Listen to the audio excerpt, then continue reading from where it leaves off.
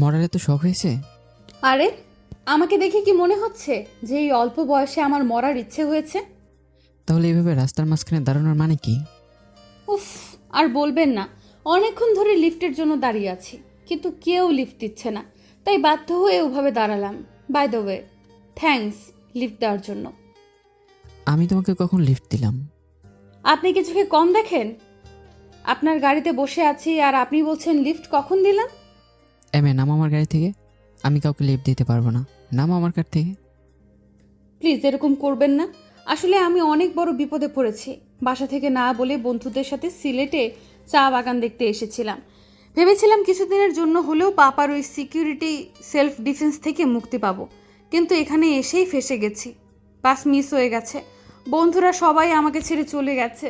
ভাবলাম পরের বাসে করে ঢাকা যাব, তাই বাস স্ট্যান্ডে বসেছিলাম। কিন্তু কোথা থেকে এসে বদমাইশ চোর আমার পার্স ব্যাগ সব চুরি করে নিয়ে চলে গেল। তবু নিরুপায় হয়ে ওখানেই বসেছিলাম।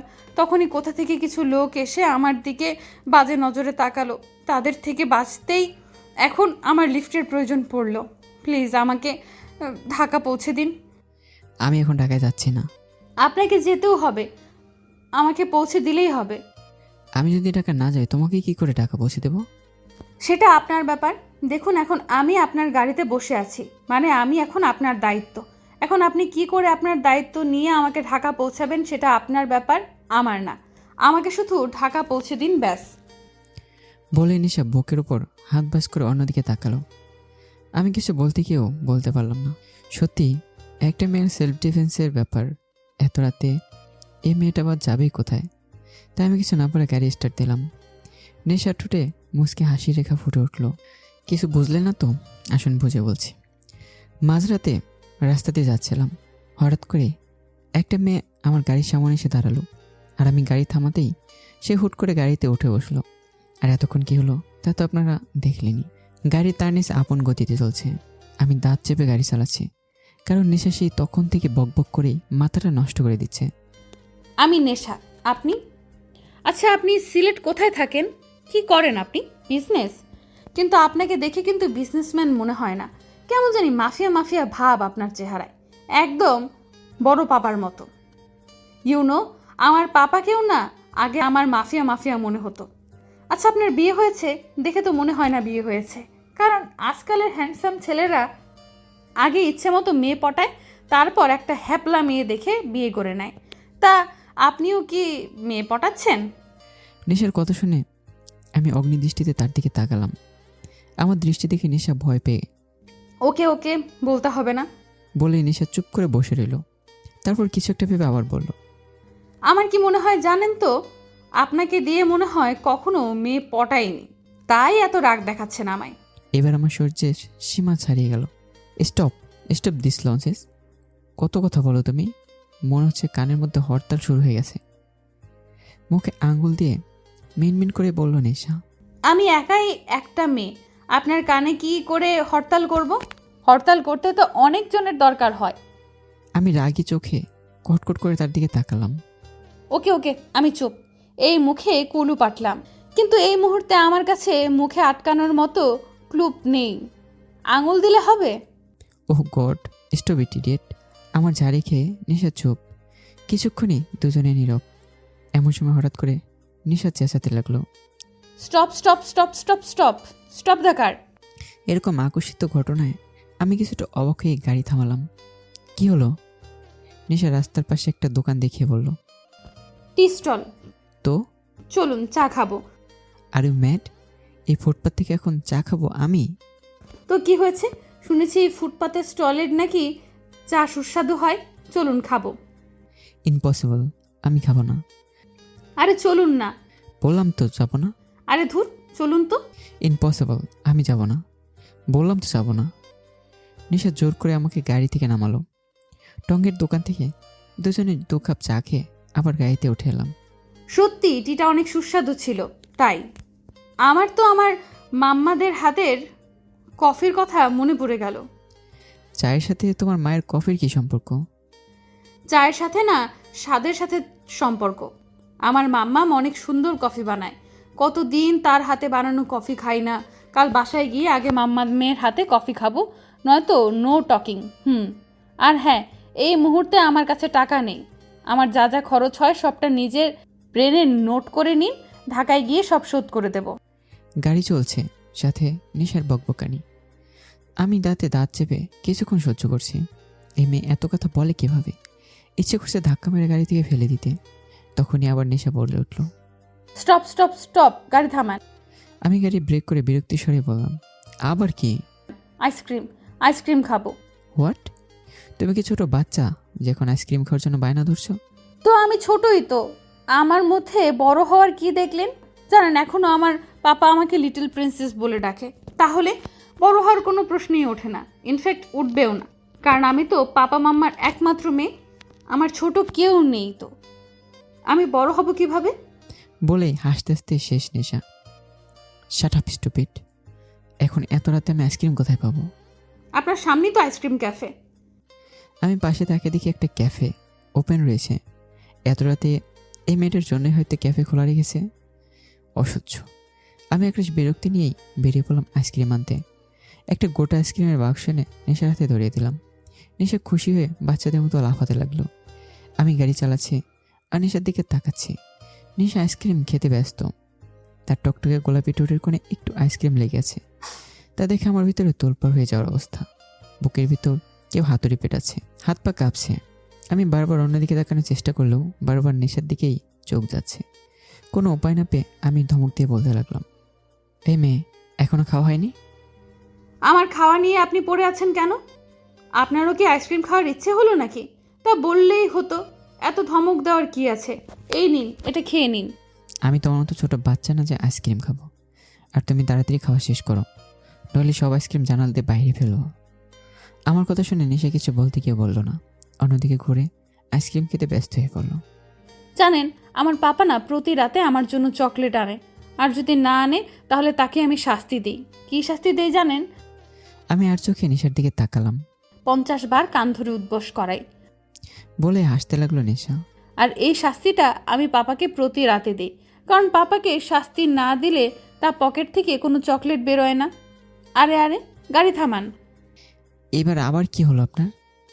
নেশা হাত দিয়ে একটা লোকের দিকে ইশারা করে বলল, আচ্ছা, এগুলো কি? আমি কখনোই এসব দেখিনি। চলুন না, এসব কি দেখি। এটা কি? আফা, এটা হাওয়াই মিঠাই। হাওয়াই মিঠাই? এটা আবার কি? আর মিঠাই তো এখানে, হাওয়াইটা আবার কোথায়?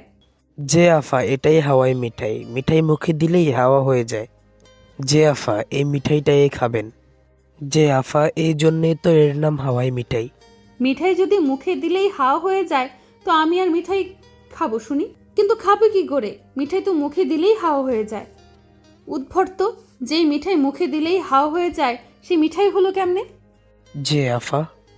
তাদের দুজনকে থামিয়ে আমি বললাম, একটা দেন। আমি হাওয়া মিঠাই নিয়ে নেশাকে হাত ধরে টানতে টানতে গাড়িতে বসালাম। এটা খাও আর চুপ করে বসে থাকো। নেশাও বাথরুমের মতো মিঠাই খেতে লাগলো। আপনি জানেন, আপনার গালের নিচে যে তিলটা আছে না, সেটা কিন্তু অসম্ভব সুন্দর, যে কোনো মেয়ে দেখলেই ক্রাশ। আচমকা এমন একটা কথায় আমার এই মুহূর্তে নিজের হার্টবিট মিস করলো। এই মেয়ে বলছে কি? আর আমি একটা ছেলে, একসাথে আছি। এমনিতেও আমার কেমন যেন লাগছে, তার মধ্যে নেশার এই কথায় আমার দম বন্ধ হয়ে আসছে। আপনি সত্যিই খুব সুন্দর, কেন যে আপনাকে দিয়ে কোনো মেয়ে পটলো না কে জানে। আমি শক্ত করে গাড়ির স্টিয়ারিং চেপে ধরলাম। Shut up. আরে সত্যিই বলছি, আপনি সত্যিই খুব সুন্দর। আপনি যদি আমাকে পটানোর চেষ্টা করতেন না, তাহলে আমি নিশ্চিত পটে যেতাম। কথাটি শেষ করার আগেই আমি নেশা ঠোঁটে ঠোঁট ডুবিয়ে দিলাম। গাড়ি তার নিজ গতিতে চলছে। নেশার চোখ বড় বড় করে আমাকে দেখছে। কিছুক্ষণ পর নেশাকে ছেড়ে আবার গাড়ি চালানোতে মন দিলাম। নেশা পিঠ সিটে হেলান দিয়ে বসে জোরে জোরে শ্বাস নিতে লাগলো। এটা কি হলো? সাফার তাকে ভাবতে নেশা শরীরে লোম দাঁড়িয়ে যাচ্ছে। প্রায় অনেকক্ষণ হলো নেশা টু শব্দটিও করছে না। এখন আমার কেমন যেন ফাঁকা ফাঁকা মনে হচ্ছে, যেন এই কিছু সময়ের জন্য নেশার অভ্যাস হয়ে গেছে। আমি ধীরে ধীরে নেশার দিকে তাকাতেই দেখি সে ছিটে হেলান দিয়ে ঘুমিয়ে পড়েছে।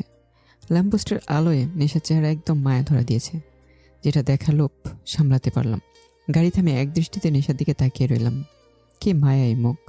ঘুমন্ত অবস্থায় যেন নেশাকে সদ্য ফোটা পদ্ম ফুলের কলি মনে হচ্ছে।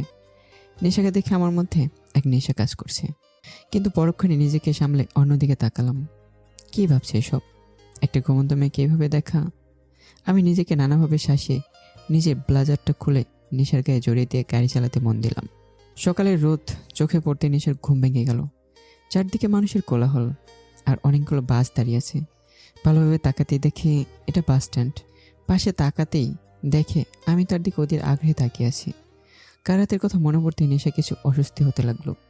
নেশা তাড়াতাড়ি উঠতে গিয়েও দেখে তার গায়ে ব্লেজার। এটা দেখে এটা যে আমার, সে খুব ভালো করে বুঝতে পারলো। তাই নিজের কাঁধ থেকে ব্লেজারটা নিয়ে আমার দিকে এগিয়ে দিয়ে সে গাড়ি থেকে নেমে পড়লো। ঢাকায় এসে গেছে। নেশার সাথে আমি নেমে পড়লাম। নেশা চারদিকে তাকাতেই দেখে দুটো লোক বাস থেকে নামছে। তাদের দেখেই নেশার রাগ মাথায় উঠল। এই তো এরাই সেই দুজন যারা কাল আমায় বাজে নজরে দেখেছিল। দাঁড়া, আজ তোদের আমার হাত থেকে নিস্তার নেই, পশ্চাৎ কোথাকার। বলে যেই না তাদের দিকে এগোচ্ছে, তার আগে পরপর দুটো গুলি এসে তাদের বুক ফুটো করে দিল। নেশা হতভঙ্গ হয়ে দাঁড়িয়ে পড়ল। কি হলো এটা? ধীরে ধীরে পিছনে তাকাতেই দেখে আমি গান হাতে দাঁড়িয়ে আছি, আর আমার গান থেকে এখনো ধোয়া বেরোচ্ছে। চারদিকে লোক ছোটাছুটি করতে লাগলো। নেশা অবাক হয়ে আমার কাছে আসলো। এটা কি করলেন? যে আমার নেশার দিকে চোখ তুলে তাকানোর চেষ্টা করবে, তার এই অবস্থায় হবে। মানে? মানে এই মাফিয়া খুব করে নিজের জিনিসের যত্ন রাখতে জানে। নেশার মুখ এক হাত হা হয়ে গেল। মাফিয়া? এটা কি করলো নেশা? কয়েকটা লোকের হাত থেকে বাঁচতে একটা মাফিয়ার কাছে সে আশ্রয় নিয়েছিল, এইসবই ভাবছিল। আর পুরো রাত সে একটা মাফিয়ার সাথে ছিল। পুরো পৃথিবী নেশা চারদিকে ঘুরছে। পৃথিবীর রং ঝাপসা হয়ে আসছে। ধীরে ধীরে সে লুটিয়ে পড়ল, কিন্তু মাটিতে পড়ার আগে আমি এক হাত দিয়ে তাকে ধরে ফেললাম। মাত্র এইটুকুতেই অজ্ঞান? এটা তো ট্রেলার ছিল, এখনো তো সাফারের নেশার সম্মুখীন হওয়া বাকি। নেশা অন্যদিকে নেশা বাড়ি ফিরেই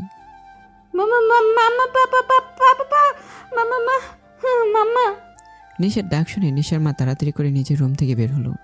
মাকে দেখে নেশা দৌড়ে গিয়ে তাকে জড়িয়ে ধরলো। ও মাই গড, কতদিন পর তোমাকে দেখছি। এতদিন তোমাকে খুব মিস করেছি মাম্মা। নেশার মাঝে মেয়েকে জড়িয়ে ধরলো, তার চোখ ছলছল করছে। মিস করলে এভাবে না বলে চলে যেতি না। ও মাম্মা, তোমার কি মনে হয় আমি যদি পাপাকে বলে যেতাম তাহলে কি সে আমাকে একা একা ছাড়তো? ঠিক তার ওই গার্ডগুলোকে আমার পিছু পিছু পাঠাতো, তাই না বলেই যেতে হয়েছে।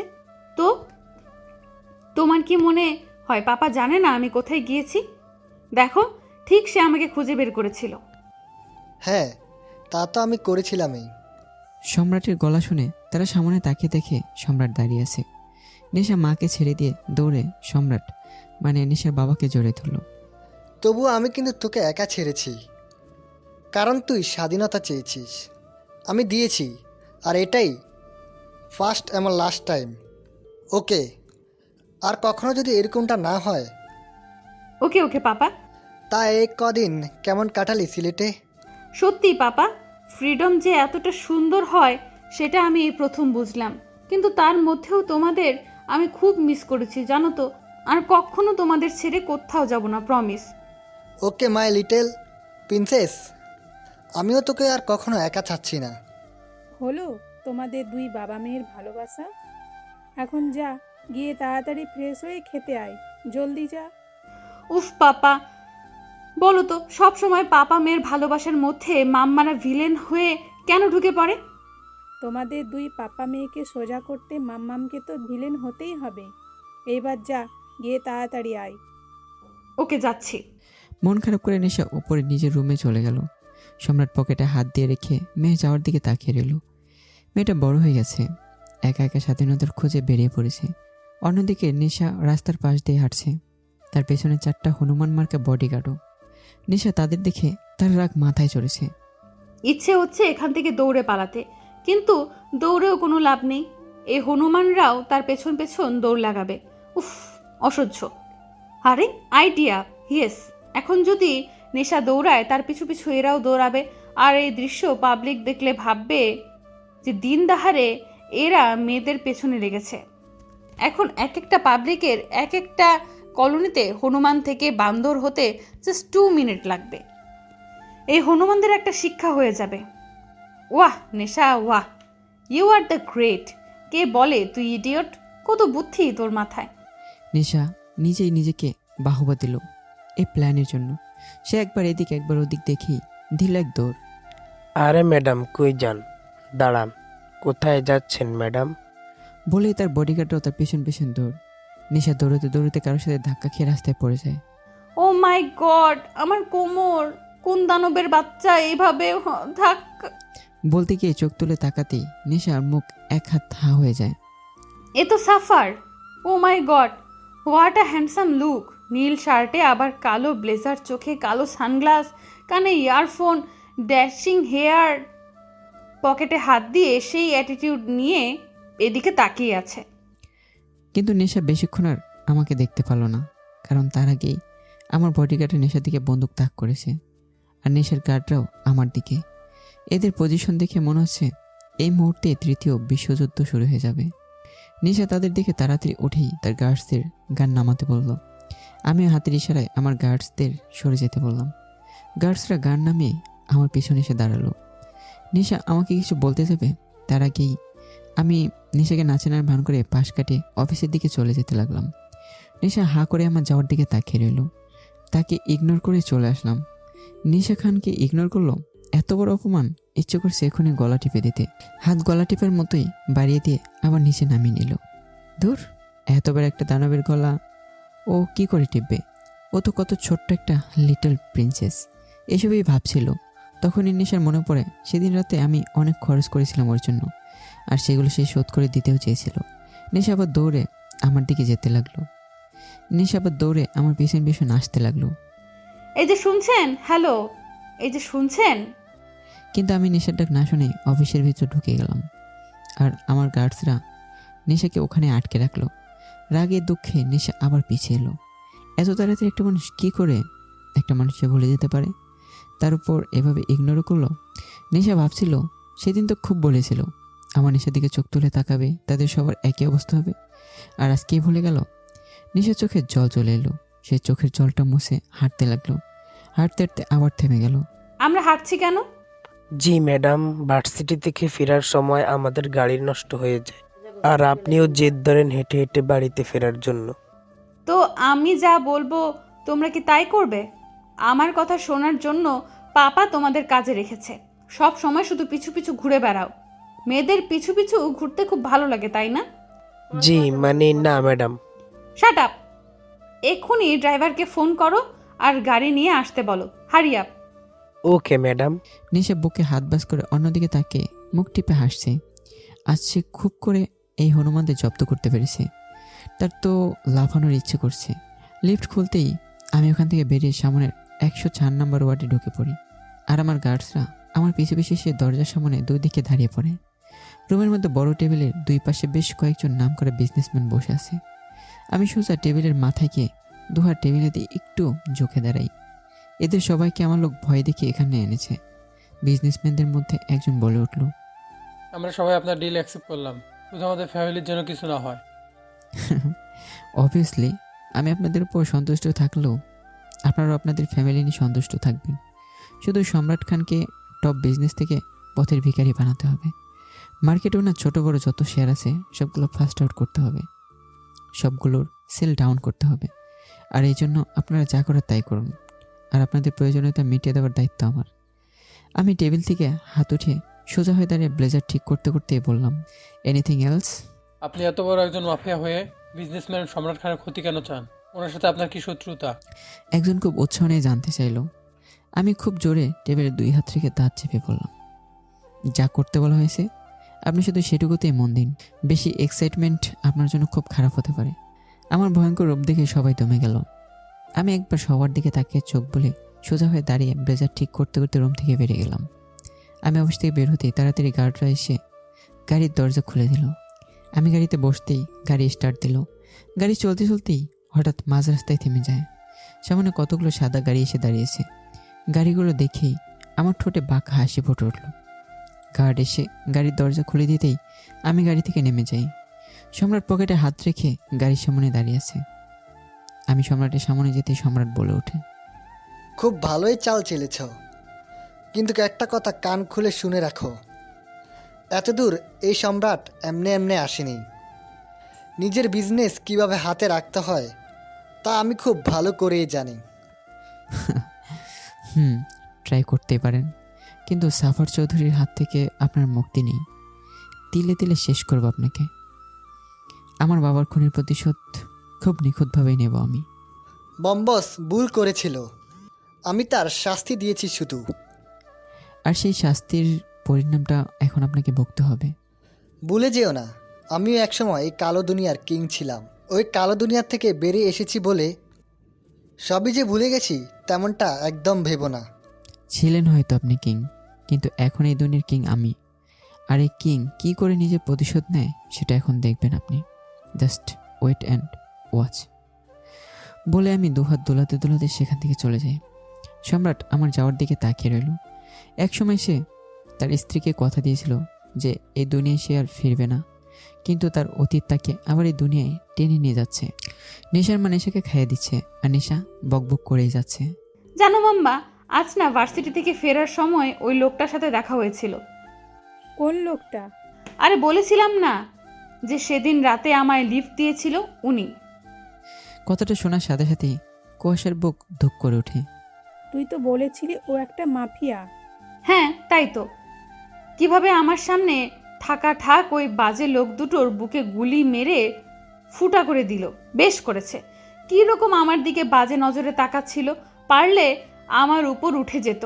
ইচ্ছে করছিল ওখানে মাথায় গুলি মেরে খুলি উড়ায় দিই। তবে আমার কাজটা উনি করে দিয়েছেন, ভালোই হলো তাই না? যে মানুষ খুন করে সে ভালো হলো কি করে? আর দেখা হলো কি বললেন উনি? ধুর, এটাই সমস্যা। কিছুই তো বললেন না উনি, ফুল ইগনোর করে চলে গেলেন। হয়তো মনে নেই তোর কথা। মনে নেই মানে? মনে থাকবে না কেন? এই আমি যদি 1 ঘন্টা একজনের সাথে থাকি তবে তার কাছে আমি অমর বকবকানি নামে চিরস্থায়ী হয়ে থাকি। আর সেখানে তো আভি ওনার সাথে পুরো 1 রাত বকবক করেছি। তাহলে এত তাড়াতাড়ি উনি কি করে আমায় ভুললেন? আচ্ছা ভুলেছে তো ভুলেছে, এতে কি বা আসে যায়? আসে যায়, অনেক কিছুই আসে যায়। মানে? মানে আমি কিছু জানি না, তবে ওনার ইগনোর কেন জানি আমি কিছুতেই মেনে নিতে পারছি না। কথাটা শোনার সাথে সাথেই নেশার মায়ের বুক ধুক করে ওঠে। কি বলছে নেশা? তাহলে নেশা শেষে একজন মাফিয়ার? আর কিছু ভাবার আগেই কোথা থেকে যেন সম্রাট এসে ডাইনিং টেবিলে নেশার পাশে এসে বসে। কি কথা হচ্ছিল শুনি? কিছু না পাপা, তুমি এতক্ষণ কোথায় ছিলে? এই তো এখানে। শ্রো মিসেস খান, শুধু মেয়েকে খাওয়াবেন নাকি নাকি আমাকে একটু ভাগ দিবে? কেন হবে না, এই তো দিচ্ছি। বলে সম্রাটের জন্য খাবার খুলতে যাবে, তখনই সম্রাট বলে ওঠে, আরে এ কি করছো? আমি নিজে খাচ্ছি না, আমাকেও খাইয়ে দাও। কি? আপনি কি ছোট বাচ্চা যে আপনাকে খাইয়ে দিতে হবে? ছোট বাচ্চা নয় তো কি হয়েছে? তোমার স্বামী তো। মেয়ের সামনে কি শুরু করলেন বলুন তো? ওমা, প্রিন্সেস আছে তো কি হয়েছে? এটা আমার প্রতি তো তোমার ভালোবাসা। নেশা খিটখিটে হাসতে লাগলো। আপনি চুপ করবেন? ওকে লিটেস্ট প্রিন্সেস, ক্লোজ ইউর রাইস। তোমার মাম্মাস লজ্জা পাচ্ছে। ওকে। নেশা জলদি নিজের চোখ কটকট করে বন্ধ করে দিল। এবার তো কোনো প্রবলেম নেই, এবার দাও তো, খুব খিদে পেয়েছে। উফ, এরা বাবা মেয়ে দুই এক। নেশার মা এক গণ্ডি রাগ নিয়ে সম্রাটকে খাইয়ে দিল। আর সম্রাট নেশার মায়ের দিকে রাগের লোক দিয়ে একটু হেসে চোখ টিপ দিল।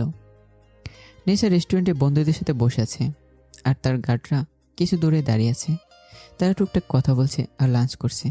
এমন সময় তার একজন ফ্রেন্ড বলে উঠল, হে গাইজ, ছেলেটাকে দেখ, হোয়াট এ হ্যান্ডসাম। ইচ্ছে হচ্ছে টুপ করে গিলে ফেলি। তার কথা শুনে নেশা পেছনে তাকালো, আর পেছনে তাকাতে আমাকে দেখতে পেল।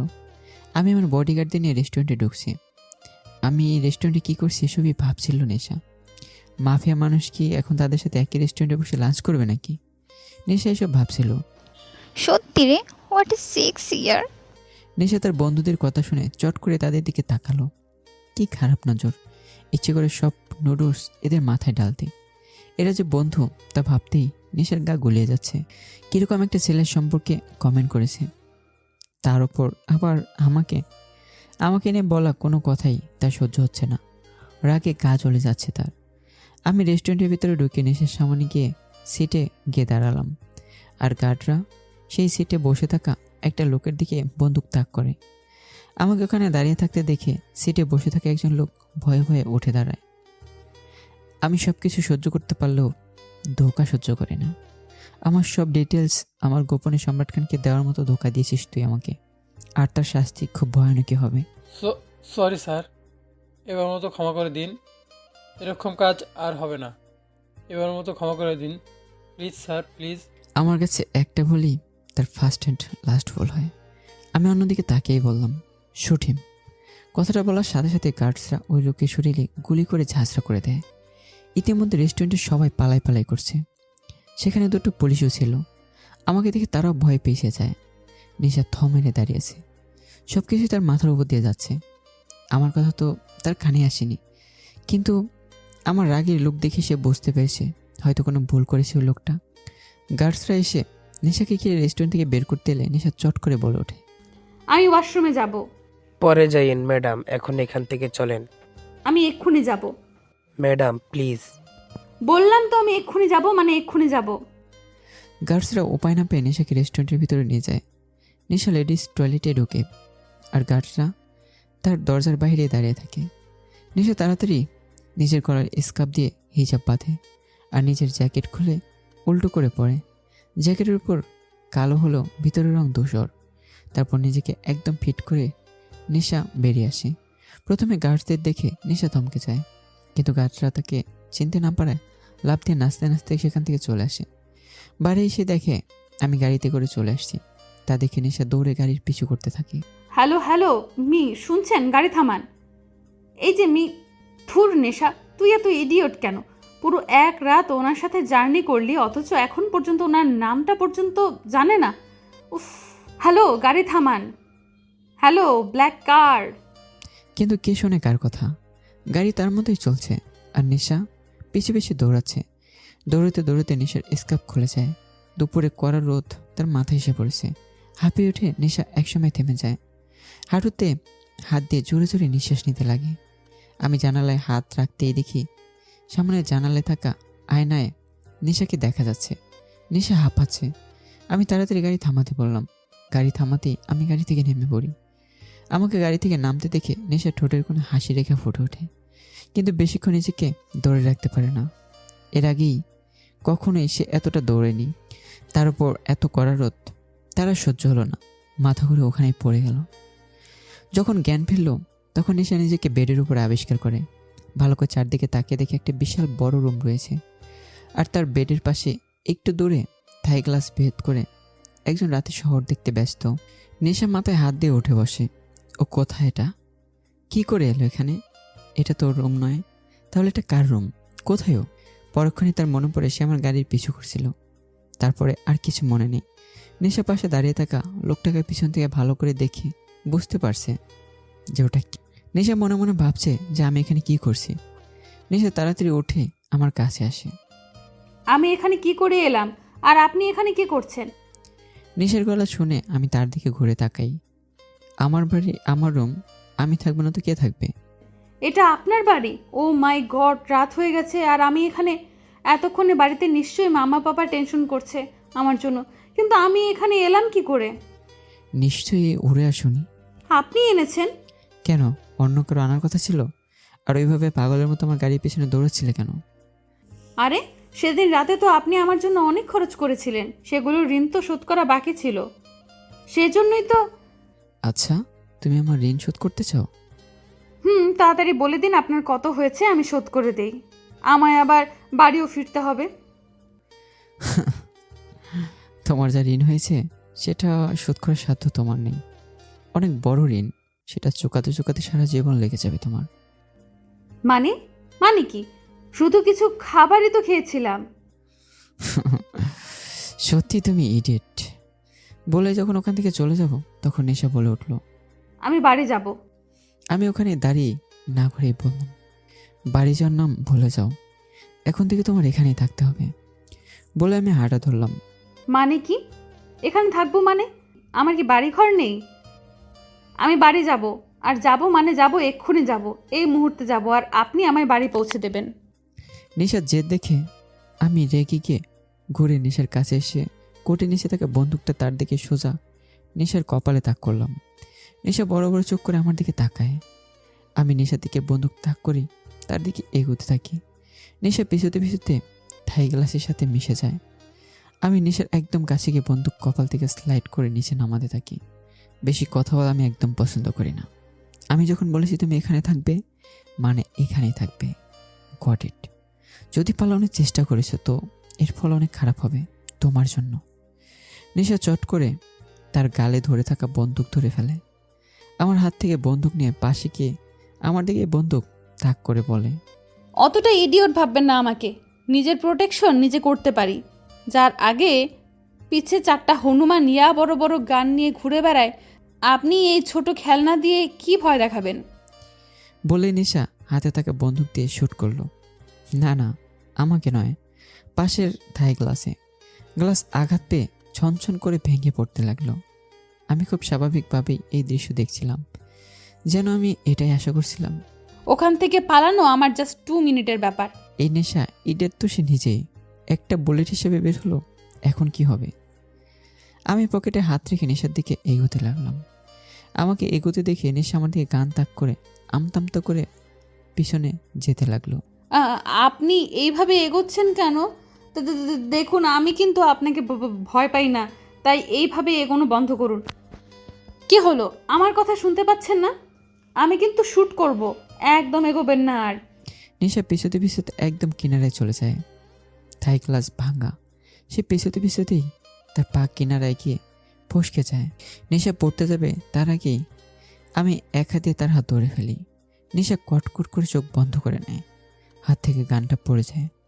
প্লিজ প্লিজ ছাড়বেন না, প্লিজ ছাড়বেন না। Oh God, please save me, please please ছাড়বেন না প্লিজ। আমি ঠিকই ভেবেছিলাম you are a too much idiot. Gun তোমার হাতে ছিল আর তুমি আমাকে শুট না করে থাই গ্লাসে করলে এখান থেকে পালানোর জন্য। ওকে, তো আমি তোমাকে হেল্পই করছি। এই দিক দিয়ে তো পালাতে চেয়েছিলে তাই না? তো পালাও দেখি কতটা ব্রেভ তুমি। বলেই হাতটা একটু ছাড় দিলাম।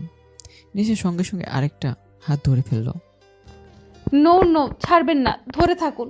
আমি তো জাস্ট ঢপ মারছিলাম। আপনি আমার কথা মাইন্ডে নিচ্ছেন কেন? আমি তো ছোট বাচ্চা একটা। এত উঁচু থেকে পড়লে আমার শরীরের হাড্ডিও খুঁজে পাওয়া যাবে না। প্লিজ, আমি এই বয়সে মরতে চাই না। প্লিজ আমাকে ধরে থাকুন, আমার হাত ছাড়বেন না, প্লিজ ধরে থাকুন। নিশার কথা শুনে কি যেন হলো আমার। আমি একদিনে নিশার দিকে তাকিয়ে থাকতে থাকতে বললাম, ছাড়বো না কখনো, এই হাত ছাড়বো না, সারা জীবন আঁকড়ে ধরে থাকবো। আমার কথায় নেশা স্তব্ধ হয়ে গেল। আমার কথাটার জন্য একদম তার বুকে গিয়ে বেঁধল। নেশা আমার চোখের দিকে তাকালো। এই চোখের জন্য হাজারো নেশা। বেশিক্ষণ তাকিয়ে থাকলে যে কেউ মাতাল হয়ে যাবে। এখন যেমন নেশা হচ্ছে, আমি ধীরে ধীরে নেশাকে নিজের দিকে টানতে লাগলাম। নেশাকে সোজা করে দাঁড় করালাম। নেশা একদম আমার কাছে এসে আমার চোখে চোখ রেখে দাঁড়িয়ে আছে। এরপর এখান থেকে পালাতে চাইলে হাত ধরে রাখবো না, সাথে সাথে ছেড়ে দেব। পারবেন না, তার আগেই আমি ধরে ফেলবো। নেশা আমার চোখে চোখ রেখে ঘোরের মধ্যেই কথাটা বলল। আমি চট করে নেশার চোখ থেকে চোখ সরিয়ে নিলাম। নেশার হাত ছেড়ে যাওয়ার জন্য পা বাড়াতে নেশা আবার বলে ওঠে, আমরা এখন কোথায় আছি? আমি নেশার দিকে তাকিয়ে বললাম, সময় হলেই জানতে পারবে। বলে চলে যাওয়ার জন্য পা বাড়ালাম। সাথে সাথে নেশা আবার ডাক দিল, অ্যাটলিস্ট আপনার নামটা তো বলে যান। সেদিন পুরো একটা রাত সাথে থাকার পরেও এখন পর্যন্ত আপনার নাম জানি না। আমি এবার নেশার দিকে ঘুরে একদম নেশার কাছে গিয়ে কানের কাছে একটু চোখে ফিস ফিস করেই বললাম, এইভাবে বলো না, কেউ শুনলে অন্য কিছু ভাববে। বলে একটু বাঁকা হেসে নেশার দিকে তাকিয়ে চলে যায়। নেশার কথাটা বুঝতে প্রায় কিছুক্ষণ লাগলো। যখন বুঝলো তখন নেশার চোখ এক হাত বড় হয়ে গেল। দাঁতে কিরমির করে বলল, বাজে লোক কোথাকার। কিন্তু যতই বাজে হোক না কেন, আমার প্রতি নেশার একটা সফট কর্নার তো রয়ে গেছে। মা বাবার থেকে দূরে থাকার কষ্ট হচ্ছে, কিন্তু মনের এক কোণে আমার সাথে থাকা ভালো লাগা সেটাও আছে। সেটা কিডন্যাপ হয়ে হোক আর যাই হোক না কেন। কিন্তু কথা হলো একটা, আমি কি তাকে কিডন্যাপ করলাম? কিন্তু কেন? কিন্তু তার কথা একটাই, আমি যে তাকে কিডন্যাপ করেছি, কিন্তু কেন? সে ভাবছে আমি কি তাকে কিডন্যাপ করেছি, নাকি সে নিজে কিডন্যাপ হলো? কিছুই বুঝতে পারছে না নেশা। আমি তাকে কেন কিডন্যাপ করব? আমি কিছুক্ষণ পর আবার রুমে গেলাম খাবার নিয়ে। নিশা বেডে বসেছিল। নিশার সামনে খাবার রেখে বললাম, খেয়ে নাও। নিশা একবার খাবার দিকে তাকিয়ে আবার চোখ ফিরিয়ে নিয়ে বলল, খাবো না। যদিও খিদে পেয়েছে, তবুও কিডন্যাপ বলে কথা, একটু তো দর নিতেই হয়। বেশি ন্যাকামো না করে চুপচাপ খেয়ে নাও। বললাম তো খাবো না। আমি এবার একরাশ বিরক্তি নিয়ে নিশার পাশে বসে প্লেট হাতে নিয়ে নিশার দিকে হাত বাড়িয়ে বললাম, হা করো। নিশা অবাক হয়ে আমার দিকে তাকালো। কি হলো, হা করতে বলেছি? নিশা আমার দিকে তাকিয়ে হা করলো। আমি তাকে খাওয়াতে লাগলাম। নিশার মনে হচ্ছে সে যেন স্বপ্ন দেখছে।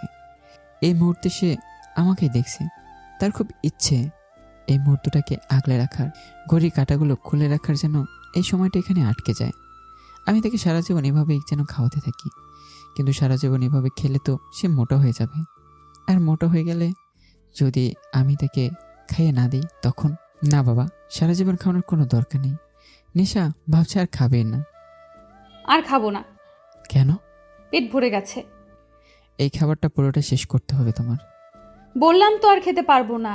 আর একটু খেলে পেট পুরো ফুটে যাবে। মেয়ে শোনো, তোমাকে এখানে তুলে আনা হয়েছে। শ্বশুর বাড়ি আসো, নিচে আদর করে খাওয়ানো হবে। কিন্তু আপনি তো সেটাই করছেন। আমি থতমত খেয়ে গেলাম। কি বলবো বুঝতে পারছি না। প্লেট রেখে উঠে দাঁড়ালাম। তুমি খাও আর না খাও, আমার কিছু যায় আসে না বলে সেখান থেকে চলে আসলাম। নিশা আমার যাওয়ার দিকে কিছুক্ষণ তাকিয়ে থেকে বেডিকে কম্বল গায়ে জড়িয়ে গুটিসুটি মেরে শুয়ে পড়ল। সকালে নেশার খুব তাড়াতাড়ি ঘুম ভেঙে গেল। নেশা আড়মোড়া ভেঙে উঠে রুম থেকে পা বাড়ালো বারান্দার দিকে। সকালের দৃশ্যটা কত সুন্দর হয়। চারদিকে পরিবেশ দেখতে দেখতে নিশা পাশের বারান্দায় চোখ পড়তে দেখে আমি তার দিকে এক নজরে তাকিয়ে আছি। আমাকে দেখে নিশা আটকে উঠল। এলোমেলো চুল, ঘুম ঘুম চেহারা, গায়ে একটা গেঞ্জি মাত্র। নেশার বুক ধুক করে উঠল। ঘুম থেকে ওঠা মানুষকে যে এতটা সুন্দর লাগে তা নেশার জানা ছিল না। অন্যদিকে আমার যেন নেশার নেশা ধরে যাচ্ছে। এই মেয়ে আমাকে একদিন ঠিক পাগল করেই ছাড়বে। এই মেয়ের প্রত্যেকটা রূপের নেশায় পড়ে যাচ্ছে আমি। সদ্য ঘুম থেকে ওঠা নেশাকে দেখে আমার ইচ্ছে করছে এখনই তার কাছে গিয়ে জড়িয়ে ধরে একটু আদর করে দিই। আমার দৃষ্টি নেশাকে দম বন্ধ করে দিচ্ছে। তাইও তাড়াতাড়ি বারান্দা থেকে চলে এলো। রুমে এসে যেন সে দম নিল। আর কিছু না ভেবে সোজা ওয়াশরুমে ঢুকে পড়ল। নেশা বেডের উপর টাওয়াল পরে বসে আছে। ওয়াশরুমে ঢোকার সময় তার মনে ছিল না যে এখানে তার ড্রেস নেই। এখন তার টাওয়াল ছাড়া কিছু পরার নেই তার। নেশা তার ড্রেস ধুয়ে শুকাতে দিয়েছে। শুকাতে ওটা পরবে, কিন্তু ততক্ষণে তাকে এভাবে বসে থাকতে হবে। এমন সময় দরজা খোলার শব্দে নেশা বেড থেকে লাফিয়ে ওঠে। বেডশিট টেনে শরীরে জড়িয়ে নেয়। আমি রুমে ঢুকে নেশার দিকে তাকাতে থমকে যাই। এই মেয়ের আবার কি হলো? এভাবে বেডশিট জড়িয়ে আছে কেন শরীরে? এই মেয়ে পাগল নাকি? এইভাবে বেডশিট জড়িয়ে রেখেছে কেন? আমার কথায় নেশার রাগ চরম পর্যায়ে উঠল। সে আমার দিকে এগোতে এগোতে বলল, যখন কিডন্যাপ করতে পারেন না তখন কিডন্যাপ করতে কে বলেছিল শুনি? তুলে এনেছেন অথচ এটা জানেন না যাকে তুলে নিয়ে যাচ্ছি তার জন্য ড্রেসেরও প্রয়োজন হয়। নেশার চড়াগুলো শুনে আমার রাগ বেড়ে যায়। হোয়াট দ্য আপনার কাছেই আর কিছু বলার আগে নেশার পা লেগে বেডশিট পড়ে যায়। নেশা চমকে উঠে নিজেকে আড়াল করতে আমাকে সে জড়িয়ে ধরে। এই পুরো ঘটনায় আমি থ মেরে আছি। আমার বুকের মাঝে থাকা নেশা আমার হার্টবিট শুনতে পাচ্ছে। এই মেয়ে ধীরে ধীরে আমার নেশা পরিণত হচ্ছে। আর সেই মেয়ে শুধু একটা টাওয়াল পরেই তাকে জড়িয়ে আছে। এই মুহূর্তে নিজেকে সামলানোটা সব থেকে বড় কঠিন। আমি যেন ভেতর থেকে এলোমেলো হয়ে যাচ্ছি। আমি কোনো মতে নিজেকে সামলে বললাম, ইডিয়েট, তুমি আমাকে না জড়িয়ে চুপচাপ ওয়াশরুমে গিয়ে বসে থাকো। আর যতক্ষণ পর্যন্ত না আমি ডাকি ততক্ষণ পর্যন্ত ওয়াশরুম থেকে বেরোবে না। নেশা আমার বুক থেকে মাথা উঠে বলে, কেন? ওয়াশরুমে কেন? নেশার কথা শুনে আমি নেশার কোমর জড়িয়ে তাকে নিজের আরও কাছে টেনে এনে বললাম, কারণ আমি চাই না তোমাকে এইভাবে আমি ছাড়া অন্য কেউ দেখুক। আমার কথায় যেন এক নেশা আছে, আর সেই নেশায় নেশা ডুবে যাচ্ছে। আমার নেশাগ্রস্ত চোখ থেকে যেন নেশার চোখে সরানো দায় হয়ে গেছে। নেশা আমার চোখে চোখ রেখে মৃদু স্বরে বলল, ছাড়ুন আমাকে। আমি এখনো তার দিকে একইভাবে তাকিয়ে আছি। তা দেখে নেশা আবার বলল, কি হলো? বললাম তো ছাড়ুন। এবার আমি নেশার দিকে একটু চোখে ফিসফিসিয়ে বললাম, কিডন্যাপ হয়েছে বলে কি এখন পাগল হয়ে গেলে? আমার কথা শুনে নিশা ভুরুকুচকে তাকালো। তারপর আমার চোখ থেকে চোখ সরিয়ে নিজের হাতের দিকে তাকাতেই নিজের লজ্জায় পড়ে গেল। সে নিজে আমার বুকের শার্ট খামচে ধরে রেখেছে। তাড়াতাড়ি আমাকে ছেড়ে দিয়ে দৌড়ে দাঁড়ালো। আমি নিশার দিকে তাকে একটু বাঁকা এসে রুম থেকে চলে যাই, আর নিশা তাড়াতাড়ি ওয়াশরুমে ঢুকে পড়ল। এই বাড়িতে আনাচে কানাচে কতগুলো গার্ডস আছে, হুট করেই যদি একজন রুমে ঢুকে পড়ে তো কেলেঙ্কারি হয়ে যাবে। আমি শপিং মলের মাঝখানে দাঁড়িয়ে আছি। কিছুক্ষণের মধ্যে আমার গার্ডরা মল পুরো ফাঁকা করে দেয়। দোকানদাররা সবাই ভয়ে সব ড্রেস বের করে দেখাচ্ছে, কিন্তু আমি বুঝতে পারছি না কোনটা কিনবো, কোনটা পরলে নেশা সব থেকে বেশি সুন্দর লাগবে। আমার মতে নেশা যে ড্রেস পরুক না কেন সেই ড্রেসই সুন্দর হয়ে ওঠে। তাই আমি সামনে থেকে সব ড্রেসই প্যাক করে দিতে বললাম। গার্ডরা কাপড়ের ব্যাগ নিয়ে যেতে লাগলো। আমি মল থেকে বেরোবো এমন সময় আমার চোখ গেল একটা লাল শাড়ির দিকে। পুরো শাড়ি লাল রঙের। এই শাড়িতে নেশাকে কল্পনা করতেই আমার এক অন্যরকম অনুভূতি কাজ করছে। আমি এই শাড়িটাও নিয়ে নিলাম। আমি রুমে এসে দেখি রুমে কেউ নেই। এই মেয়ে সত্যি সত্যি এতক্ষণ ধরে ওয়াশরুমে ঢুকে আছে। গার্ডরা এসে সব প্যাকেটগুলো রুমে রেখে গেল। আমি গিয়ে ওয়াশরুমের দরজা নক করলাম। নেশা, নেশা। ভেতর থেকে নেশা বলে উঠল, এতক্ষণে আপনার ডাকার সময় হলো? সেই কখন থেকে ওয়াশরুমে ঢুকে আছি, আমার কি খিদে টিতে পায় না নাকি? ইডিয়েট, কথা না বলে বেরিয়ে এসো। আমি অতটাও ইডিয়ট নই যে এই অবস্থায় বেরিয়ে পড়ব। রুমে আমার ড্রেস শুকোতে দেওয়া আছে, সেটা আমাকে এনে দিন। হোয়াট দা, আমাকে কি তোমার সার্ভেন্ট বলে মনে হয়? জি না, একজন কিডন্যাপার যে কিনা ভালো মতো কিডন্যাপও করতে পারে না। Shut up. No, shut up. আপনি রুম থেকে বেরোন, আমি আমার ড্রেস নেব। তুমি আমার রুম থেকে আমাকে বেরোতে বলছো? আপনি আমাকে ইডিয়ট বললেন, এখন তো দেখছি আপনি নিজে একটা ইডিয়ট। এটা আপনার নয়, আমার রুম, ওকে? ইডিয়েট, এই পুরো বাড়িটাই আমার। বাড়িতে থাকা প্রত্যেকটা রুম আর রুমের মধ্যে থাকা প্রত্যেকটা জিনিস আমার। আর ওই ওয়াশরুমের ভেতরে থাকা তুমিও। বলতে গিয়েই থেমে যাই। আর কিছু একটা ভেবে বললাম, আমি বেরিয়ে যাচ্ছি, তাড়াতাড়ি চেঞ্জ করে নিও। বলে আমি রুম থেকে বেরিয়ে গেলাম। আর নিশার সাথে সাথে ওয়াশরুম থেকে বেরিয়ে এলো। বেডের উপর চোখ পড়তেই তার চোখ প্রায় চরক গাছে। পুরো বেডে কতগুলো ব্যাগ দিয়ে ভর্তি। নিশা গিয়ে ব্যাগ খুলে দেখে প্রত্যেকটা ব্যাগে বিভিন্ন ধরনের ড্রেস আর তার প্রয়োজনীয় অনেক জিনিসই আছে। দেখে মনে হয় এই জিনিসগুলো কেউ কিডন্যাপ করে এনেছে, কিন্তু নিশা বুঝতে পারছে না আসলে কি সে কিডন্যাপ হয়েছে। কিডন্যাপ হলে কি মানুষকে এতটা আরামে রাখা হয়? তার জন্য পুরো দোকান কিনে ফেলেছে মনে হয়। আচ্ছা, আমি এসব কেন করছি? কেন তাকে এখানে এভাবে আটকে রেখেছি? আর তার জন্য এসব বা কেনই করছি? তাহলে কি আমি তাকে দূর এসবই ভাবছিল নেশা? পাগল হয়ে গেল না তো? আমার মতো একটা মাফিয়া তার মতো ইডিয়েটকে কেন? ওহ, আর ভাববে না, নয়তো পাগল হয়ে যাবে নেশা। নেশা তাড়াতাড়ি একটা গাউন নিয়ে চেঞ্জিং রুমে চলে গেল। রাস্তায় আমার গাড়ির সামনে সম্রাটের গাড়ি দাঁড় করালো। আমি আর সম্রাট দুজনে মুখোমুখি। সম্রাট চুপসে গেছে। মেয়ের চিন্তা তাকে করে করে খাচ্ছে। কোথায় আছে, কী করছে কিছুই জানতে পারছে না। অন্য কোনো দিন সম্রাট মাত্র কয়েক ঘন্টায় নেশার লোকেশন বের করে ফেলতো, কিন্তু এবার তার কোনো চিহ্ন নেই। আজ খুব অসহায় লাগছে নিজেকে। তার মধ্যে আমি তার চারদিকে ঘিরে আছি। যে কোনো সময় যে কোনো কিছু করে ফেলতে পারি। আমাকে সে খুব ভালো করেই চেনে। একবার যখন বলেছি আমি তাকে ধ্বংস করব, তোর শেষ পর্যন্ত আমি হাল ছাড়ব না। আর আমার নেটওয়ার্ক তো অনেক বড়। সম্রাট দুদিকেই ফেসে গেছে। একদিকে মেয়ের শোক, অন্যদিকে আমার হুমকি। তাকে দুমড়ে মুচড়ে দিচ্ছে, কিন্তু অত সহজেও সে ভেঙে পড়বে না। তার এখন প্রয়োজন সব কিছু ছেড়ে তার মেয়েকে খোঁজা। শত্রু তোর কম নেই, সবাই ওত পেতে রয়েছে। মেয়ে নিখোঁজটা বুঝি খুব বেশি ভাবাচ্ছে আপনাকে? সম্রাট চট করে আমার দিকে তাকালো। তুমি কি করে জানলে আমার মেয়ে নিখোঁজ? ওফ কামন, বয়স হয়েছে আপনার, তাই হয়তো ভুলে।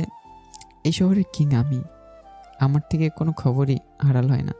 আপনাকে দেখেই বোঝা যাচ্ছে আপনি খুব বেশি ভেঙে পড়েছেন। আমাকে এতটা দুর্বল ভেবো না সাফার। নিজের মেয়েকে কিভাবে সেভ করা যায় তা আমি খুব ভালো করে জানি। ইয়া, বলিনি আমি all the best for your journey? বলেই ওখান থেকে হেসে নিজের সানগ্লাসটা নিয়ে হেলতে দুলতে ওখান থেকে চলে এলাম। সম্রাট আমার যাওয়ার দিকে তাকিয়ে রইল। তার মনে এখন শুধু নেশার কথাই চলছে। কোথায় আছে, কী করছে কিছু বুঝতে পারছে না।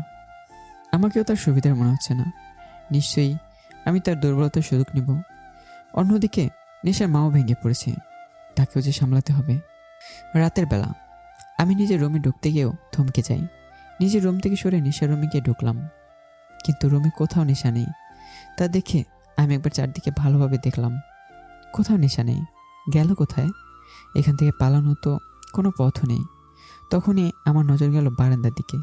নিশা আকাশের দিকে এক দৃষ্টিতে তাকিয়ে রয়েছে। আমি তার পাশে এসে দাঁড়ালাম। মন খারাপ? মামা পাপার কথা খুব মনে পড়ছে। তারা নিশ্চয়ই খুব টেনশন করছে। প্লিজ একবার তাদের সাথে কথা বলতে দিন না আমাকে। তাদের কথা খুব মনে পড়ছে আমার। ছলছল চোখে আমার দিকে তাকিয়েই নিশার এই দৃষ্টিতে যেন আমার বুক দুমড়ে মুচড়ে উঠল। যে মেয়ে সারাক্ষণ বকবক করে আর তার চোখে আর জল, তাও আমার জন্য। এই জন্য আমার সহ্য হচ্ছে না। আমি কিছু না বললে ওখান থেকে চলে যাই। নিশা একটা দীর্ঘ শ্বাস ফেলে চোখের জলটা মুছে নিল। কিছুক্ষণ পর আমি রুমে ঢুকে বিষম খেলাম। এটা কি দেখছি আমি? কিছুক্ষণ আগে যে মেয়ে কাঁদছিল, এখন সে মেয়ে হাসতে হাসতে গড়াগড়ি খাচ্ছে। এটা কিভাবে পসিবল? নিশা এমনভাবে হাসছে যেন এখনই তার পেট ফেটে যাবে। নিশা বেডের উপর বসে বসে টিভিতে কার্টুন দেখছে আর হেসে হেসে গড়াগড়ি খাচ্ছে। আমি চোখ মুখ কুঁচকে নিশার পাশে গিয়ে বসলাম। এতে নিশার যেন কোনো খেয়ালই নেই, সে তো হাসতেই ব্যস্ত। নিশা হাসতে হাসতে আমার শরীরে হুমড়ি খেয়ে পড়ছে। তা দেখে আমি রাগী গলায় বললাম, হে স্টপ ইট, ডোন্ট মুভ। আমার এই গর্জন শুনে নিশা চমকে উঠে মুখে আঙ্গুল দিয়ে চুপ করে বসে রইল। এইভাবে কেউ হাসে? এত বড় হয়ে গেছো, এখনো বাচ্চাদের মতো কার্টুন দেখছো তুমি? এই, আপনি আমাকে সব সময় এভাবে বকেন কেন বলুন তো? আমার কার্টুন দেখতে ভালো লাগে তাই দেখি। আপনার কি? Shut up. আর এই খাবারটা খেয়ে নাও। খাবো না। খাবে না মানে? খিদে নেই তাই খাবো না। ওকে, না খেও। আমি ভেবেছিলাম ডিনার করার পর এই চকলেটটা আমি তোমাকে দেব, কিন্তু এখন যখন তুমি ডিনার করবে না, তো চকলেটটা না হয় আমি অন্য কাউকে দিয়ে দেবো। বলে উঠতে যাব, তার আগে নিশা আমার হাত চেপে ধরে। এত রাগ করছেন কেন? খাচ্ছি তো। এমনিতেও আমার খুব খিদে পেয়েছে। ও গুড গার্ল। বলে নিশাকে খাইয়ে দিতে লাগলাম। খাওয়া শেষে নিশা চকলেট খাচ্ছে আর বকবক করছে, আর আমি নিশার দিকে তাকিয়ে মুগ্ধ হয়ে তার বকবক শুনছি। আচ্ছা, আপনি আমাকে কিডন্যাপ করেছেন, কিন্তু আমি এর কোনো ফর্মুলাই দেখতে পাচ্ছি না। কাউকে কিডন্যাপ করলে তাকে চেয়ারে দড়ি দিয়ে বেঁধে রাখে, কিন্তু এখানে তো আমি কত আরামে আছি। কোনো কিডন্যাপ ভাবিনি। কেন, তুমি কি সত্যিকারে কিডন্যাপ হতে চাও নাকি? আসলে কি বলুন তো, কিডন্যাপ তো তাদেরই করে যারা স্পেশাল হয়। আর এখন আমিও কিডন্যাপ হয়েছি, মানে আমিও স্পেশাল। নিজেকে স্পেশাল মনে করার ফিলিং কি স্ট্রং, তাই না? তুমি কি কোনো কথাই সিরিয়াসলি নিতে পারো না? নেই তো। আমার স্বপ্নটাকে আমি অনেক সিরিয়াস ভাবে নেই। তোমার স্বপ্ন? তা কি স্বপ্ন তোমার? আমার স্বপ্ন কোনো একদিন এক রাজকুমার বাইকে চেপে এসে আমাকে নিয়ে যাবে। বাইকে চেপে? কিন্তু আমি যতদূর জানি রাজকুমার সবসময় ঘোড়ায় চেপে আসে। ওহো, ওটা তো সবার স্বপ্ন হয়। আমার স্বপ্ন আমার রাজকুমার বাইকে চেপে আসবে। এই সব বড় বড় গাড়ি, গার্ড, রেপুটেশন এসবের মধ্যে না। আমি দেবে গেছি। আমি চাই খোলা আকাশে উঠতে, বাইকে বসে পুরো দুনিয়া উপভোগ করতে। নেশার কথা শুনে আমি এক দৃষ্টিতে তার দিকে তাকিয়ে রইলাম। কতটা ইনোসেন্ট একটা, কী রকম একটা মোহে ফেলে দিয়েছে আমাকে। নেশা নামক মোহটা এখন সবসময় আমার চারদিকে জড়িয়ে রয়েছে। এই মেয়ের নেশা গেছে এখন আমার। সত্যি খুব কঠিন জিনিস। না চেয়েও এই নেশা মাতাল হতে হচ্ছে। নেশা আমাকে এভাবে তাকাতে দেখে ভুরু নাচিয়ে বলল, কি হলো? কি দেখছেন এইভাবে? আমি কিছু না বলে এক হাত নেশার গালে রেখে বুড়ো আঙ্গুল দিয়ে ঠোঁটের কোণে লেগে থাকা চকলেট মুছে দিলাম। নেশা আমার এমন স্পর্শে কেঁপে উঠল। আমার চোখে নেশা তাকে ঘায়াল করেছে। এই নেশায় ডুবে যেতে চাইছে। হঠাৎ করেই আমি নেশাকে কোলে তুলে নিই। নেশা অবাক হয়ে আমার গলা জড়িয়ে ধরল। আমি নেশাকে বেডে ভালো করে শুয়ে দিয়ে গায়ে কম্বল জড়িয়ে দিয়ে মাথায় হাত বুলোতে বুলোতে বললাম, ঘুমিয়ে পড়ো। কিন্তু নেশা এভাবে আমার দিকে তাকিয়ে রইল। তা দেখে আমি নেশার কপালে একটা চুমু এঁকে দিলাম। এতে লজ্জায় নেশা চোখ বুজে ফেলল। আমি বাঁকা এসে সেখান থেকে চলে যাই। নেশা সে সকাল থেকে চেঁচাচ্ছে তার ওয়াশরুমে পানি নেই বলে, কিন্তু কেউ তার কথা কানে নিচ্ছে না। আমিও না জানি কি করছি যে সকাল থেকে নেশা রুমে যায়নি। নেশা এবার একটু রাগ করে রুমের বাইরে গেল। দরজার দুদিকে দুটো গার্ড দাঁড়িয়ে আছে। তাদের দেখে নেশা চেঁচিয়ে বলতে লাগলো, আপনার মালিকের কি কালো টাকার অভাব পড়েছে যে এখন কলের মধ্যে খরা দেখা দিয়েছে। কেন ম্যাডাম, কি হয়েছে? কি হয়েছে মানে? এতক্ষণ ধরে চেঁচাচ্ছি, শুনতে পাচ্ছেন না? Sorry madam, room sound proof. What? তাহলে এতক্ষণ ধরে যে আমি চেঁচালাম তা শুধু শুধুই ছিল? খামোখা মাথা ব্যথা ধরালাম। থুর, এত কথা বাদ। সাদ, এখন দেখুন আমার কলে পানি আসছে না কেন? ওকে ম্যাডাম, আমি দেখছি। একটা গার্ড চলে গেল। নিশা রুমে ঢোকার সময় পাশের রুমের দরজা খোলা দেখলো। ভিতরে কেউ নেই মনে হচ্ছে। এই সুযোগে নিশা নিজের কাপড় নিয়ে পাশের রুমে চলে গেল। রুমে কেউ নেই। নিশা একটা স্বস্তির নিঃশ্বাস ফেলে ওয়াশরুমে ঢুকে পড়ল। দরজা নক করে সামনে তাকাতে নিশা চোখ চড়ক গেছে। সামনে একজন দানব খালি গায়ে একটা প্যান্ট পরা অবস্থায় শাওয়ারে ভিজছে। সাফারের ভেজা বুক দেখে নিশা স্তব্ধ। আমি কিছুটা অবাক হলাম নিশাকে আমার ওয়াশরুমে দেখে। ওয়াশরুমে ঢুকলে যে দরজা নক দিতে হয়, সেই ম্যানারটাও কি আপনি জানেন না? জানি, কিন্তু ম্যানার ভুলে যাওয়ার ফল যে এতটা মধুর সেটা জানা ছিল না। বলে আমি নেশার দিকে এগোতে লাগলাম। আমাকে এগোতে দেখে নেশা কাঁপতে লাগলো। মানে? নেশা তাড়াতাড়ি বাইরে যাওয়ার জন্য দরজার লক খুলতে যাবে, তার আগে আমি নেশার হাতে হ্যাসকা টান মেরে কোলে তুলে নিই। নেশা অবাক চোখে আমার দিকে তাকিয়ে রইল। আমি নেশাকে শাওয়ারে নিচে এনে নামিয়ে দিই।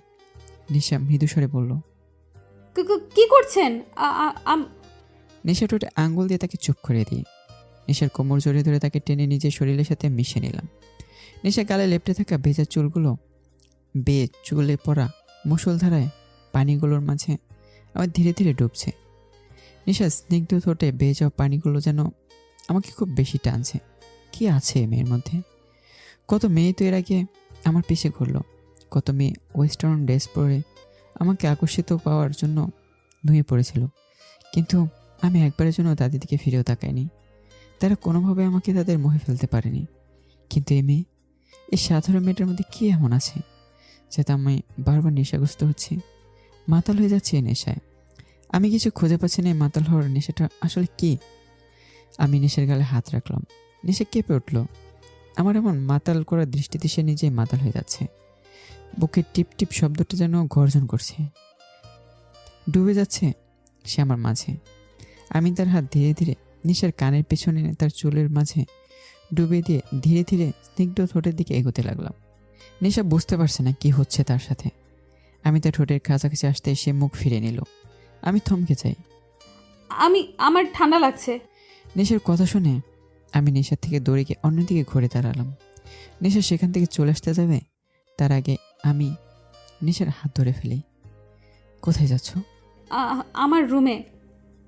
আমি নেশার হাতে হ্যাসকা টান মেরে নিজের কাছে নিয়ে দাঁতে দাঁত চেপে বললাম, ইডিয়েট, এই অবস্থায় বাইরে মেরে ফেলবো।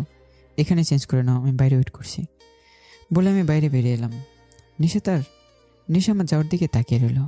নেশা পুরো রুম পায়চারি করছে। আর সারাদিন আমি তার সাথে দেখা করতে চাইনি। গাড়ি সে খাবার দিয়ে গেছে। এত রাত হলো তবুও একবারের জন্য আমি চাইনি। নেশা যেন আমাকে দেখার জন্য পাগল হয়ে গেছে। আচ্ছা, ওকে কি একবারও দেখার ইচ্ছা হয়নি আমার? কেন একবারও তাকে দেখতে গেলাম না? নেশা থাকতে না পারে রুম থেকে বেরিয়ে গেল। গার্ডদের আমার কথা জিজ্ঞেস করলেই তারা নিচে যেতে বলল। নেশা ধীরে ধীরে ডাইনিং রুমের দিকে এগোতে লাগলো। সেখানে গিয়ে যে দেখলো, তাতে নেশা স্তব্ধ হয়ে গেল।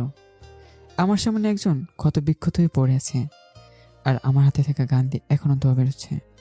গার্ডরা এসে লাশটাকে নিয়ে চলে গেল। নেশা দাঁড়িয়ে রইল।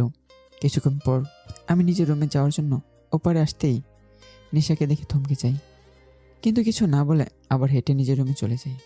নেশা আমার পিছু পিছু যেতে লাগলো। কেন এভাবে মানুষ মারেন আপনি? কি শান্তি পান এতে? প্লিজ এসব খুন খারাপা বন্ধ করে দিন। এইসব যে ঠিক নয়, এতে জীবনের ঝুঁকি থাকে। কেন এত রিস্ক নিয়ে এসব কাজ করেন? প্লিজ এইসব কাজ ছেড়ে দিন প্লিজ। আর কিছু বলার আগেই আমি রেগে নেশাকে দেয়ালের সাথে শক্ত করে চেপে ধরি। কোন অধিকারে আমাকে এসব কথা বলছো তুমি? সে মেয়ে কোন অধিকারে? আমার কথা শুনে নেশার চোখ ছলছল করে উঠল। বারবার ব্যথায় কুকড়ে উঠছে সে। সত্যি তো, কোন অধিকারে সে আমাকে এসব কথা বলছে? সে না হয় আমাকে ভালোবাসে, কিন্তু আমি তো তাকে ভালোবাসি না। বাসলে হয়তো এভাবে অধিকারের কথা বলতাম না। নেশা ঠোঁট কাঁপিয়ে কাঁদতে কাঁদতে বলতে লাগলো, আসলে সরি, সত্যি তো আপনার উপর তো আমার কোনো অধিকার নেই। আমি কে আপনাকে এসব কথা বলার? আর কখনো এমন হবে না। কথাটা শেষ হবার আগেই আমি নিশার ঠোঁট দখল করে নিই। নিশার ঠোঁটের উপর যেন সব রাগ ঝাড়তে লাগলাম। নিশা ব্যথায় কুঁকড়ে গেল। আমাকে নিজে থেকে সরানোর চেষ্টায় বারবার বিফল হচ্ছে। ধীরে ধীরে আমি রাগ কমে ভালোবাসার সাথে নেশাতে ডুবতে লাগলাম। ভালোবাসার চাদরে জড়িয়ে নিতে লাগলাম নেশাকে। নেশাও যেন আমাকে ভালোবাসার কাছে হেরে যাচ্ছে, ডুবে যাচ্ছে আমার মাঝে। নেশার দু হাতে আমার বুকের সাথে খামচে ধরলো। ভালোবাসার স্পর্শে ভরিয়ে দিতে লাগলাম নেশাকে। নেশা হঠাৎই আমাকে ধাক্কা মেরে সরিয়ে দেয়।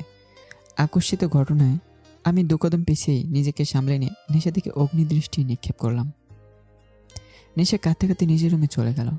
আলমারি থেকে ব্যাগ বের করে কাপড় প্যাক করতে লাগলো। সে আর এই মুহূর্তে এখানে থাকবে না। সে ভেবেছিল আমি তো তাকে ভালোবাসি, আর সেজন্যই তাকে আটকে রেখেছি। কিন্তু সে সম্পূর্ণ ভুল। যদি আমি তাকে ভালোই বাসতাম, তাহলে আজ এভাবে অধিকারের কথা বলতে পারতাম না। আমার উপর যে তার কোনো অধিকার নেই, সে খুব ভালো করে বুঝে গেল। সে একটা আশা নিয়ে এখানে ছিল যে হয়তো আমি তাকে ভালোবাসি, কিন্তু আজ সেটা প্রমাণ হয়ে গেল আমি তাকে ভালোবাসি না। তাহলে সে এখানে কিসের জন্য থাকবে? এই মুহূর্তে সে আর এখানে থাকবে না, এক্ষুনি চলে যাবে। কিন্তু ব্যাগ গোছাচ্ছে কেন? ও কি শ্বশুর বাড়ি থেকে বাপের বাড়ি চলে যাচ্ছে যে ও ব্যাগ গোছানো শুরু করেছে? সে তো কিডন্যাপ হয়েছে, আর এখন সে এখান থেকে চলে যাচ্ছে। তা ব্যাগ গুছিয়ে কী করবে ও? তোর ব্যাগ বেডের উপর ছুঁড়ে ফেলে রুম থেকে বেরোনোর জন্য দরজা খুলতে যাবে, তার আগেই আমি রুমে এসে দরজা লাগিয়ে নিশার দরজা হাতে শক্ত করে চেপে ধরলাম। কোথায় যাচ্ছ? আমি বাড়ি যাব। এখানে তোমাকে সুবিধে দিয়ে রেখেছি বলে ভেবো না যে যা খুশি তাই করতে পারবে। এখানে আমার ইচ্ছে ছাড়া তুমি এক পা বাইরে যেতে পারবে না। আমি কিছু শুনতে চাই না। আমি বাড়ি যাব মানে যাব। আমি আর এখানে থাকবো না। বললাম তো তুমি যেতে পারবে না, আমি যেতে দেবো না। কেন কেন আমাকে আটকে রেখেছেন বলবেন প্লিজ? আমি জানতে চাই আমাকে এখানে কেন আটকে রাখা হয়েছে। কি করেছি আমি? কেন আমাকে এখানে বন্দি হয়ে আছি? কেন আমি এখানে বন্দি হয়ে আছি? কিছুক্ষণ আগেও ভেবেছিলাম হয়তো আপনার মনে আমার জন্য একটু হলেও ফিলিংস আছে। সেই ফিলিংসটার লোভেই তো এখানে ছিলাম। আপনার প্রতি সফট কর্নার ছিল বলেই কিডন্যাপ হওয়ার পরেও এখানে কত সহজভাবে থেকেছি আমি। কিন্তু এখন সবটা ক্লিয়ার হয়ে গেল। আমার অনুভূতিটাই তুচ্ছ ছিল। আমার আপনার কোনো অনুভূতি নেই। আমি খামোখা এত দূর ভেবেছিলাম। আপনার উপর আমার কোনো অধিকার নেই, তাই এখানে থাকারও কোনো মানে হয় না। এখন যদি মেরেও ফেলেন তাও আমি এখানে থাকবো না। আমি বাড়ি যাব, আর এক্ষুনি যাব। নেশা কথা বলেই যাচ্ছে, আর আমি এক দৃষ্টিতে নেশার দিকে তাকিয়ে আছি। নেশার কথাগুলো আমার বুকের বাঁ পাশে গিয়ে বেঁধেছে। আমি কিছু না বলে নেশাকে আমার বুকের সাথে জড়িয়ে নিলাম। নেশা স্তব্ধ হয়ে গেল। নেশার কথা শুনে আমি বাঁকা এসে আবার তাকে জড়িয়ে ধরলাম। তুমি ইডিয়েট, অনেক বড় ইডিয়েট। কিন্তু ইডিয়েট হলো তুমি শুধু আমার। আমি আমার এই ইডিয়েটকে ভালোবাসি, আর এই ইডিয়েটকেই চাই, বুঝেছ? আমার কথা শুনে নেশা ফিক করে এসে আমার পেছন থেকে জড়িয়ে ধরল। আমি আরও শক্ত করে নেশাকে জড়িয়ে ধরলাম। কতদিন ধরে এই অপেক্ষায় ছিলাম। নেশাকে বুকে নেওয়ার লোভটা সেই প্রথম রাতেই হয়েছিল, যেদিন সে গাড়িতে আমার বুকের মাঝে ঘুমিয়েছিল। সেই থেকে আমি বারবার আমার বুকে নেশাকে চেয়েছি। আজ তাকে নিজের বুকে পেয়ে যেন আমার বুকে শান্তির হিমেল বাতাস বয়ে গেল। কখনো আমি নেশাকে আমার বুক থেকে সরতে দেব না, কখনোই না। এভাবেই বুকে জড়িয়ে রাখবো। পরের দিন আমি নেশা দুজনে একসাথে খুনসুটিতে কাটিয়ে দিলাম। নেশা আজ আমাকে বাইরে যেতে দেয়নি। সারাদিন বকবক করে আমার কান পাকিয়ে ফেলেছে। মাঝে মাঝে আমি ধমক দিয়ে তাকে থামিয়ে দিলেও তা শুধু ক্ষণিকের জন্যই। কিছুক্ষণ পর আবার শুরু হয়ে যায়। রাতে আমি খাবার আনতে বাইরে যাই। খাবার নিয়ে রুমে আসতেই আমি হয়ে দাঁড়িয়ে পড়ি। নেশা একটা লাল ব্লাউজ আর পেটিকোট পরে সেই লাল শাড়িটা নিজের শরীরে শুধু পেঁচাচ্ছে। আমাকে দেখেই নেশা শাড়ি দিয়ে নিজের শরীর ডেকে নিল। এই আপনাকে কতবার বলেছি আমার রুমে নক করে আসবেন? নেশার কথা শুনে আমার রাগ মাথায় উঠল। আমি আমার বাড়িতে কোথায় নক করে যাব, কোথায় না যাব তোমাকে বলতে হবে? আর তুমি এখন শাড়ি পরছো কেন? বাইরে যাব তাই। বাইরে যাবে মানে? অত কথা বাদ দিন, আর আপনি বাইরে যান, আমি শাড়ি পরবো। আমি কিছু না বলে হাত থেকে ট্রেটা টেবিলে রেখে দিয়ে নেশার দিকে এগিয়ে গেলাম। কি হলো? আপনাকে বাইরে যেতে বললাম আর আপনি এগিয়ে আসছেন কেন? চুপ। নেশা ট্রেটা আঙ্গুল দিয়ে তাকে চুপ করে দিই। তার হাত থেকে আঁচলটা টেনে নিলাম। নেশা দু হাতে নিজেকে ঢাকার চেষ্টায় ব্যস্ত হয়ে পড়ল। আমি এদিকে কোনো খেয়াল না করে নেশাকে শাড়ি পরাতে লাগলাম। শাড়ি পরানোর সময় অনেকবার আমার হাত নেশার শরীর ছুঁয়ে যাচ্ছে, তাতে নেশা বারবার কেঁপে উঠছে। আমি কুচি ধরে নেশার কোমরে কষে দেই। প্রায় অনেকক্ষণ পর আমি নেশাকে শাড়িটা পরিয়ে দূরে গিয়ে নেশাকে দেখতে লাগলাম। নেশা কোমরে হাত দিয়ে ছোট ছোট চোখে আমাকে দেখতে লাগলো। আমি নেশার এই দৃষ্টি দেখে বললাম, কি হলো, এভাবে কি দেখছো? নেশা আমার কথা শুনে আমার দিকে তেড়ে এলো। এই সত্যি করে বলুন, এর আগে কয়টা মেয়েকে আপনি শাড়ি পরিয়েছেন? মানে কি? মানে কি মানে? আপনি এত সুন্দর করে শাড়ি পরানো কোথা থেকে শিখলেন? নিশ্চয়ই এর আগে কোনো মেয়েকে এইভাবে শাড়ি পরিয়েছেন। আমি কোনো মেয়েকে কেন শাড়ি পরাতে যাব? যেই কারণে আমাকে পরালেন। তোমার সাথে অন্য কারো তুলনা তুমি কেন করছো? করতে হচ্ছে। আপনি বলুন, আপনি সুন্দর করে শাড়ি পরানো কোথায় শিখলেন? আমি জানতাম তুমি শাড়ি পরতে পারো না, তাই শাড়িটা যখন তুমি পরবে তখন যে তোমাকে হেল্প করতে হবে তা খুব ভালো করেই জানতাম, তাই ইন্টারনেট থেকে আগেই শিখে রেখেছি। সত্যি? তো ও সরি। আমি এবার রাগি চোখে নেশার দিকে তাকালাম। এই প্রথম আমি কাউকে কৈফিয়ত দিলাম, আর প্রথমবার কাউকে ভয়ও পেলাম। আমি নেশা রাস্তার ধার ঘেঁষে হাঁটছি। আমি বারণ করার পরও নেশা কোনো বাধা মানেনি। তার নাকি ঘরের মধ্যে বসে থাকতে দম বন্ধ হয়ে আসছে। সে আজ বাইরে পরিবেশ অনুভব করবে, তাই না চাওয়া সত্ত্বেও আমি নেশাকে সাথে নিয়ে বেরোতে হলো। নেশা আইসক্রিম খাচ্ছে আর বকবক করছে। আমি চুপচাপ তার কথা শুনছি। নেশার বকবকানিগুলোর আমি নেশায় পড়ে গেছি। আমি খুব ভালো করেই বুঝে গেছি নেশা ছাড়া আমি আর কিচ্ছু নই। নেশাই আমার সব কিছু। নেশাকে ছাড়া আমি এক মুহূর্ত থাকতে পারবো না। নেশার নিঃশ্বাসের শব্দ না শুনলে আমার শ্বাস নেওয়াই কঠিন হয়ে পড়ে। মারাত্মকভাবে নেশায় পড়ে গেছি। এই নেশা থেকে বেরোনো আমার সাধ্য নেই, আর আমি কখনোই নেশা থেকে বেরোতেও চাই না। আমি নেশার দিকে তাকিয়ে এসে ভাবছিলাম, তখনই কিছু গার্ড এসে আমাদের দুজনকে ঘিরে ফেলে। আমি নেশা অবাক হয়ে সেই গার্ডদের দিকে তাকিয়ে আছি। আমি তাদের দেখি দাঁতে দাঁত চেপে হাত শক্ত করে নেশার হাত ধরলাম, যেন ছেড়ে দিলে নেশা আমার থেকে হারিয়ে যাবে। তখন আমাদের সামনে এসে দাঁড়ালো সম্রাট, মানে নেশার বাবা। নেশার বাবাকে দেখে নেশার চোখ জলজল করে উঠল। আমার হাত থেকে হাত ছাড়িয়ে দৌড়ে এসে তার বাবার বুকে হুমড়ি খেয়ে পড়ল। পাপা, পাপা কেমন আছো তুমি? নেশার বাবা নেশার মাথায় হাত বুলিয়ে দিয়ে বলল, ভালো মা, তুই ভালো আছিস তো? তোর কোনো ক্ষতি হয়নি তো? নো পাপা, আমি ঠিক আছি, আমার কিচ্ছুটি হয়নি। আমি ফেলফেল চোখে নেশার দিকে তাকিয়ে আছি। আমার মনে হয় কি আমার বুক থেকে কলিজাটা ছিঁড়ে নিয়ে চলে গেল। নেশার হারানোর ভয়টা আমার কাছে সত্যিই হতে লাগলো। এমন সময় হঠাৎই পেছন থেকে একটা গার্ড এসে গান দিয়ে আমার মাথায় আঘাত করলো। আমি মাথায় আঘাত পেয়ে হাঁটু গেড়ে রাস্তায় বসে পড়লাম। আমাকে আঘাত করতে দেখে নেশা বিচলিত হয়ে উঠল। পাপা, পাপা ওনাকে মারছে ওরা। ওনাকে মারতে বারণ করো, উনি কিচ্ছু করেনি, বিশ্বাস করো উনি কিচ্ছু করেনি। বলে নেশা দৌড়ে আমার কাছে আসতে চাইলে তার আগেই সম্রাট তার হাত ধরে ফেলে। অনেক কিছু করেছে ও।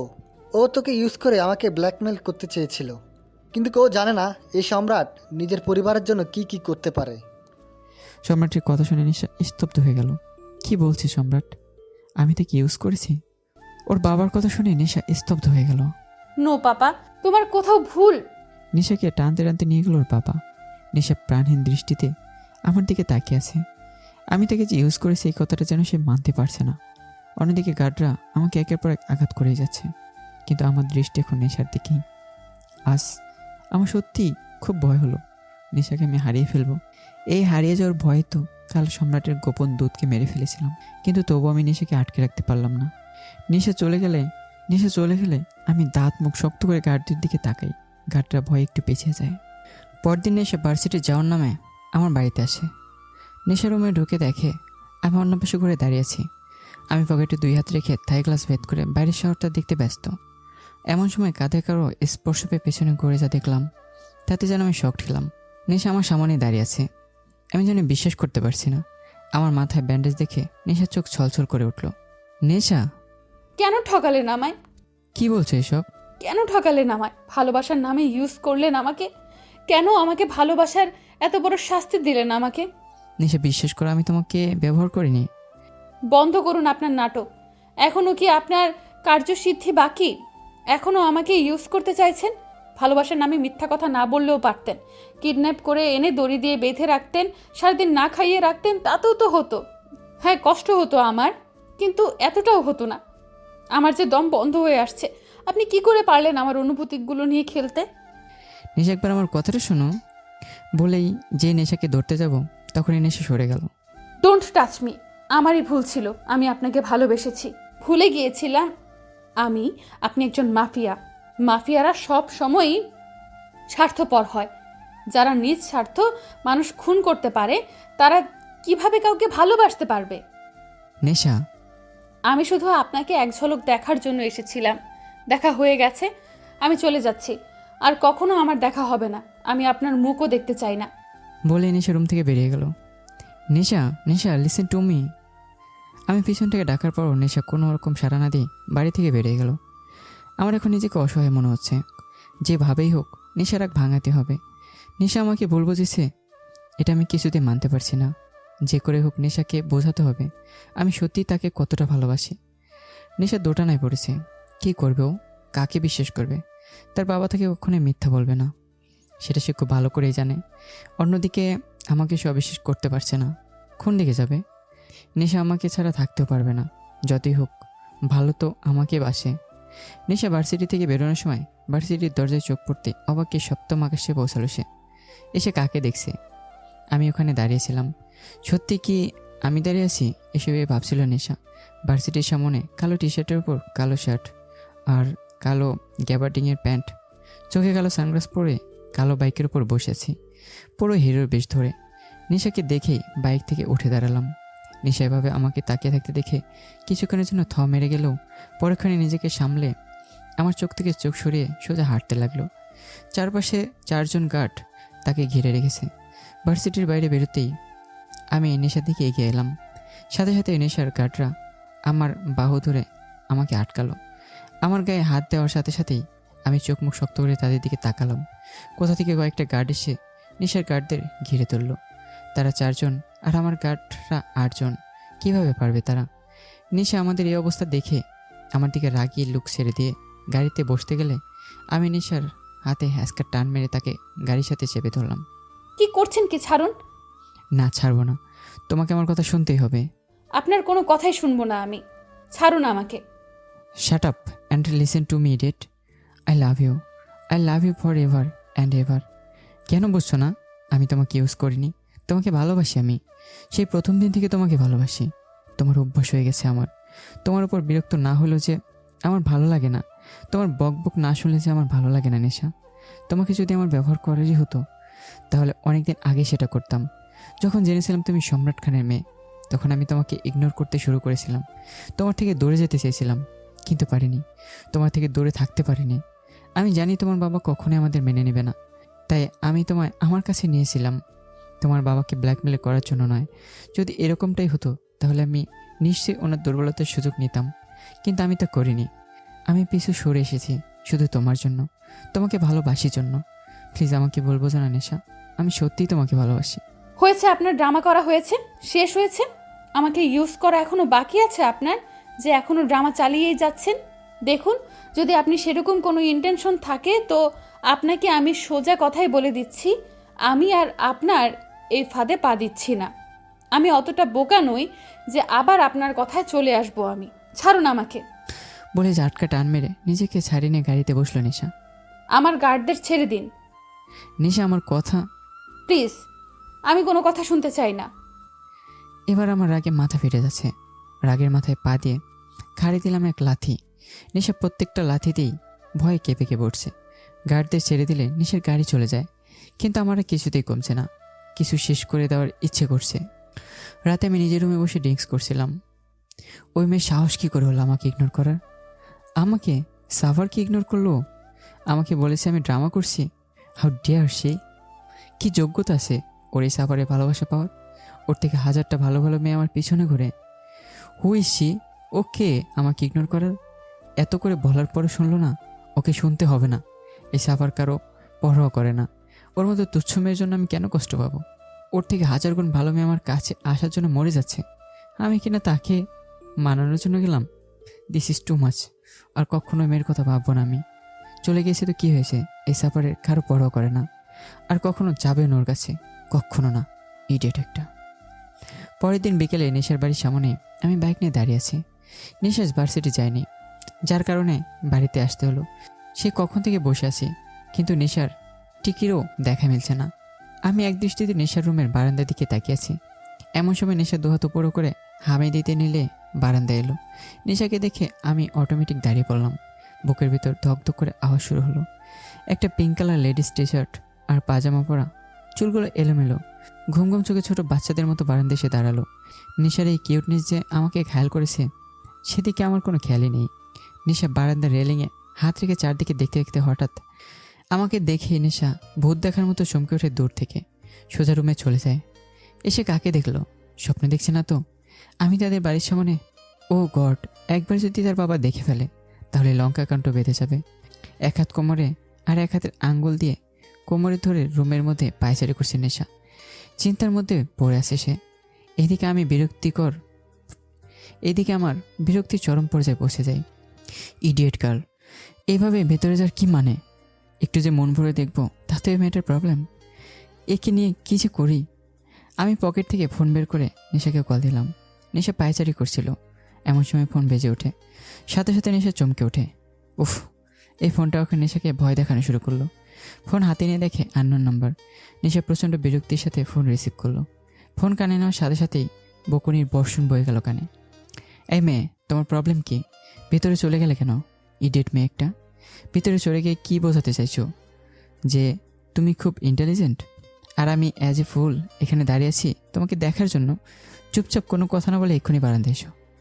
নেশা বকুনি খেয়ে কোনো কথা না বলে বাথরুমের মতো বারান্দায় চলে গেল। এখন চুপচাপ দাঁড়িয়ে থাকো। নেশা বোকার মতোই দাঁড়িয়ে রইল। আর আমি আমার নেশাকে মন ভরে দেখতে লাগলাম। এই পিসিটা কি না এখন আমার নেশা? ভাবা যায় যেই সাপোর্ট কখনো কারো তোয়াক্কা করতো না, আর সে কিনা একটা পিচ্চির জন্য এখানে দাঁড়িয়ে আছে। এটা নিশ্চিত একটা হাস্যকর ব্যাপার, কিন্তু আমার কাছে এই ব্যাপারটা কেন জানি ভালোই লাগছে। ভালোবাসার একটা নতুন এক্সপিরিয়েন্স। এতদিন তো ছিনে নিতে জানতাম, কিন্তু এখন ভালোবাসতে জানি। আর নেশা আমাকে সেটা শিখিয়েছে। নেশা ওপর থেকে আমাকে দেখছে কতটা ভালোবাসলে একটা মানুষ নিজের পার্সোনালিটি পাল্টে ফেলতে পারে। ফর্মাল থেকে একেবারে নর্মাল হয়ে গেছে। নেশা জানে সাফার তাকে কতটা ভালোবাসে। আমার কার্কের বলা কথাগুলো যে পুরোটা সত্যি সেটা নেশা খুব ভালো করেই জানে। তবুও একটু ভাব নিতেই হয়। ভাবে সাফারের মতো একজন যখন তার মতো একটা সাধারণ মেয়েকে ভালোবাসে তখন একটু ভাব নিতেই হয়, নইলে তো নিজের স্পেশালিটিটা বোঝা যায় না। নেশা এসব ভাবতে ভাবতে পাশে তাকা দিয়ে দেখে ওর বাবার গাড়ি আসছে। নেশা চোখ বড় বড় করে আমার দিকে তাকায়, বারবার ইশারায় আমাকে চলে যেতে বলছে, কিন্তু আমার সেদিকে কোনো খেয়ালই নেই। আমি নেশাকে দেখতে ব্যস্ত। আর থাকতে না পারে নেশা সুযোগ বুঝে রুমে ঢুকে পড়লো। এবার আমার ধ্যান ভাঙলো, আবার চলে গেল। আমি সোজা হয়ে দাঁড়াতেই দেখি সম্রাট দুহাত পকেটে দিয়ে দাঁড়ানো। তাকে দেখে আমি মুখোমুখি দাঁড়াই। সম্রাট দাঁতে দাঁত চেপে বলল, এখানে কি করছো? আপনার মেয়েকে দেখতে এসেছি। ভুলে যাও তার কথা।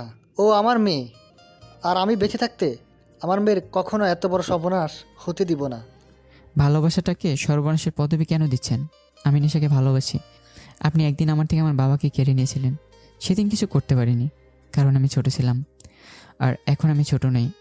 এখন আর আপনি নেশাকে আমার থেকে কেড়ে নিতে পারবেন না। সেটা তো সময় বলে দিবে। নেশাকে আমি ভালোবাসি, তার জন্য আমি আপনার সাথে আমার লড়াই আমি পিছু সরে এসেছি। কিন্তু এইবার আর নয়, নেশাকে পাবার লড়াইয়ে আমি পিছনে আসছি না। নেশা শুধু আমার। I love her and she also love me. নিজের মেয়েকে কি করে দমিয়ে রাখবেন? সম্রাট কিছু না বলেই আমার দিকে এক দৃষ্টিতে তাকিয়ে রইল। বেশ কিছুক্ষণ পর বলল, চলে যাও এখান থেকে। নেশাকে না নিয়ে ফিরছি না। ওকে, অল দ্য বেস্ট। বলে সম্রাট আমার পাশ কাটে বাড়ির ভিতরে ঢুকে পড়ল।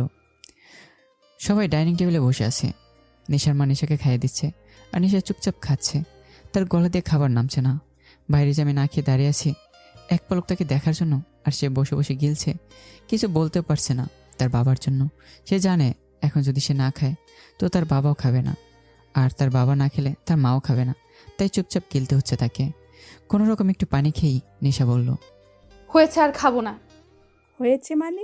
কিছুই তো খেলি না। আমার পেট ভরে গেছে মা, আর খেতে পারবো না। বলে আর কাউকে কিছু বলার সুযোগ না দিয়ে সেখান থেকে চলে গেল। সম্রাটের বাবা মা তার যাওয়ার দিকে তাকিয়ে রইল। মেয়েটা দুদিন কেমন যেন চুপসে গেছে। অন্যদিনে হলে এতক্ষণে কথা বলে তাদের কান পাকিয়ে দিত, একাই পরিবারে মাতিয়ে রাখতো। কিন্তু আজ একটা কথাও মুখ ফুটে বলল না।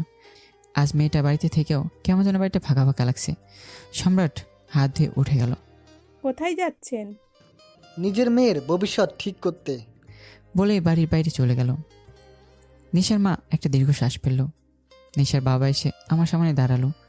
ওনাকে দেখে না দেখার ভান করে বসে রইলাম আমি। কেন চলে যাচ্ছ না এখান থেকে? বলেছি তো নিশাকে ছাড়া আমি কোথাও যাব না। কেন এমন করছো? ভালোবাসি তাই।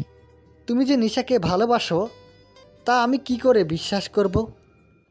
তুমি তো সবসময় আমার উপরে প্রতিশোধ নিতে মেতে আসো। বলতে পারো এটা তোমার একটা চাল নয়? আপনার বিশ্বাস করার না করে আমার কি কোনো কিছু যায় আসে না।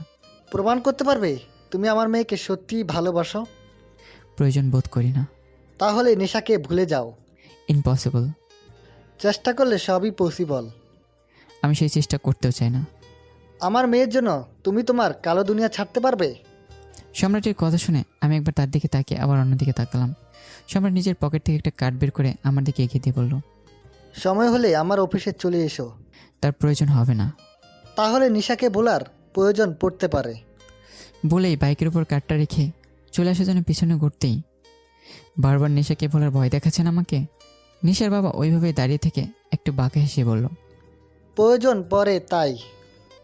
বলে হেলতে দুলতে ওখান থেকে চলে গেল। আমি সেদিক থেকে চোখ সরিয়ে পকেট থেকে ফোন বের করে নিশাকে কল করলাম। নিশা পড়ার টেবিলে বসেছিল, তবে পড়ছিল না, আমার কথাই ভাবছিল। কিছুক্ষণ আগে বারান্দায় গিয়েছিল, কিন্তু ওর বাবাকে দেখে সে ফিরে গিয়েছে।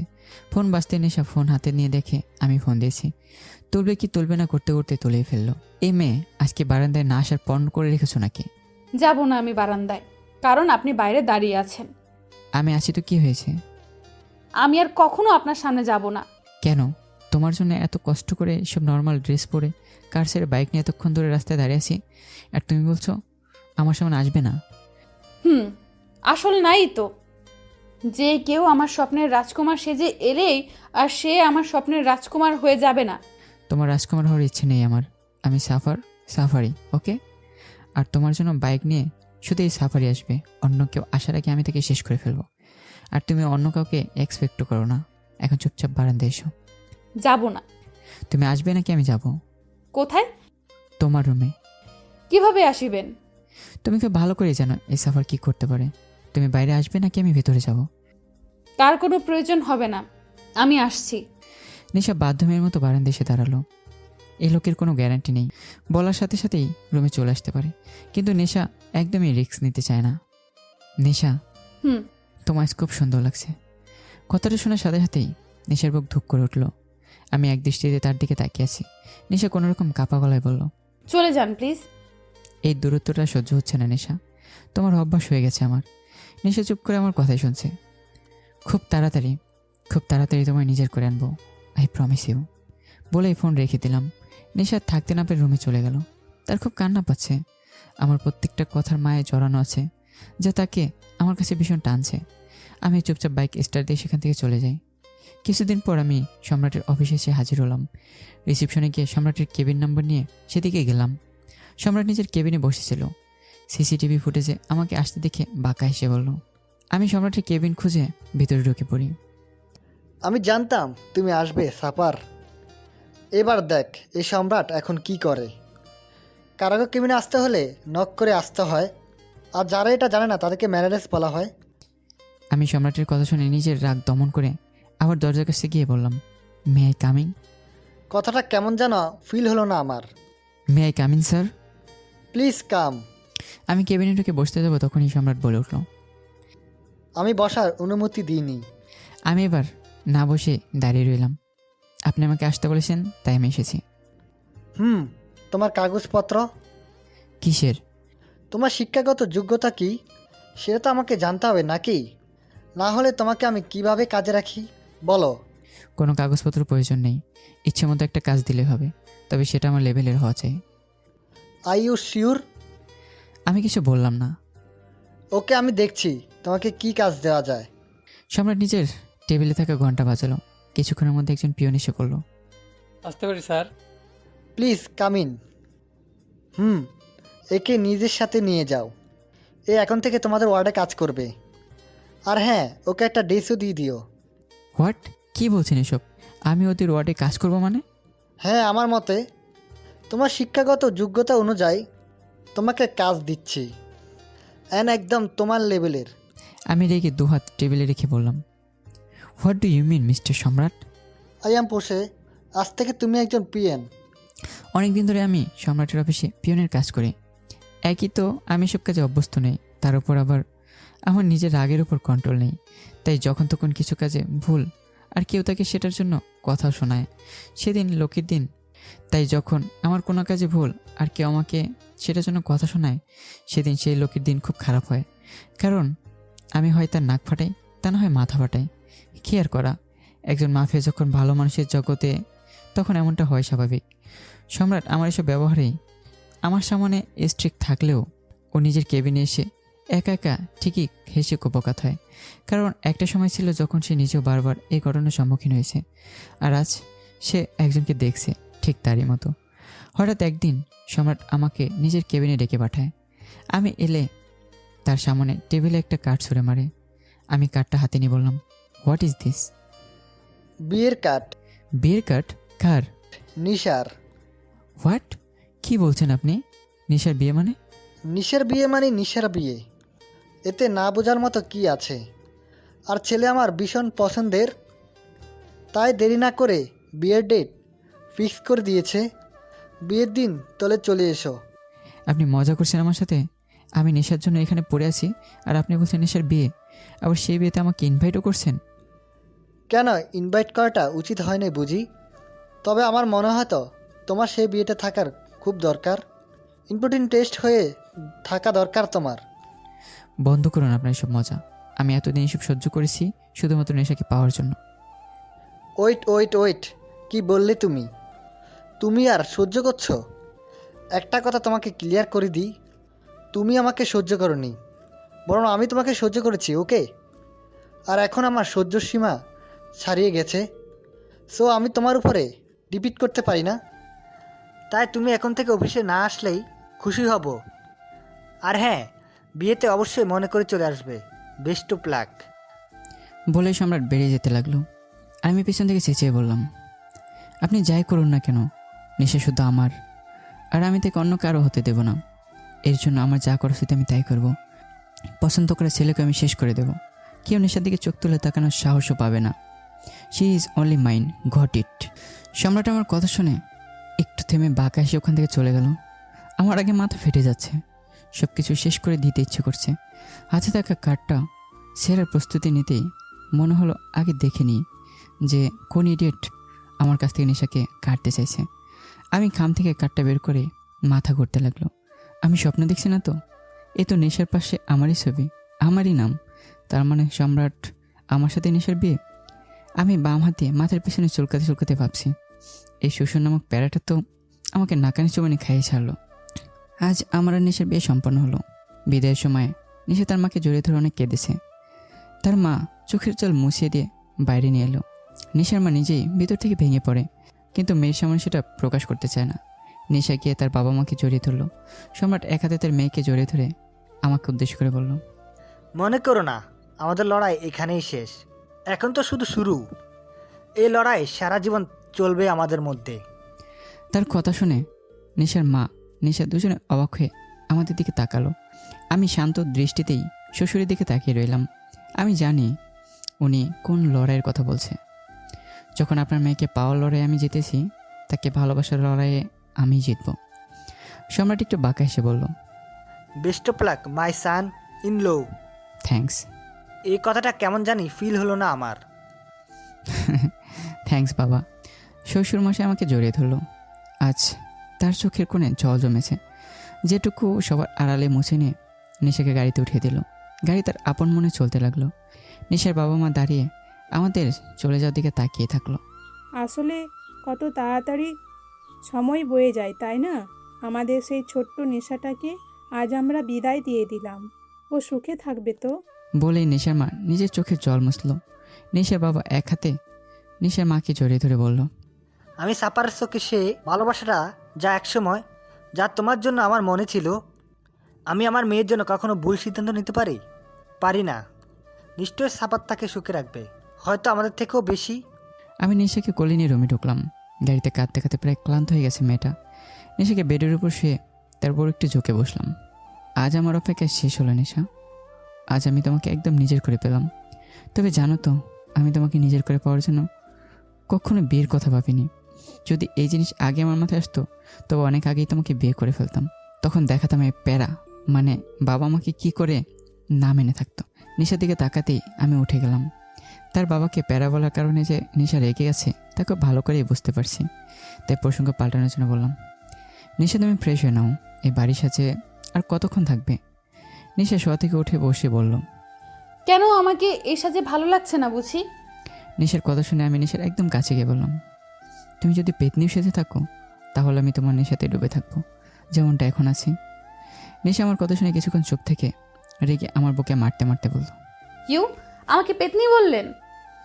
আমি হাসতে হাসতে নিশার দুটো হাত টেনে বেডে শুয়ে দিয়ে তারপর আচ্ছা হয়ে বললাম, তুমি পেতনি হলেও তুমি আমারই, বুঝেছো? বলেই নিশার নাকে নাক ঘষলাম। আমার কথা শুনে নিশা লজ্জায় যায় যায় অবস্থা।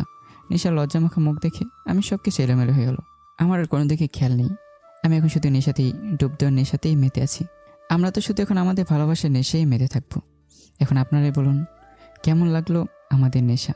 তো বন্ধুরা, গল্পটা এখানেই শেষ হলো। কেমন হয়েছে গল্পটা অবশ্যই জানাবে। আর পরবর্তী গল্পের জন্য তৈরি হয়ে নাও। আল্লাহ হাফেজ।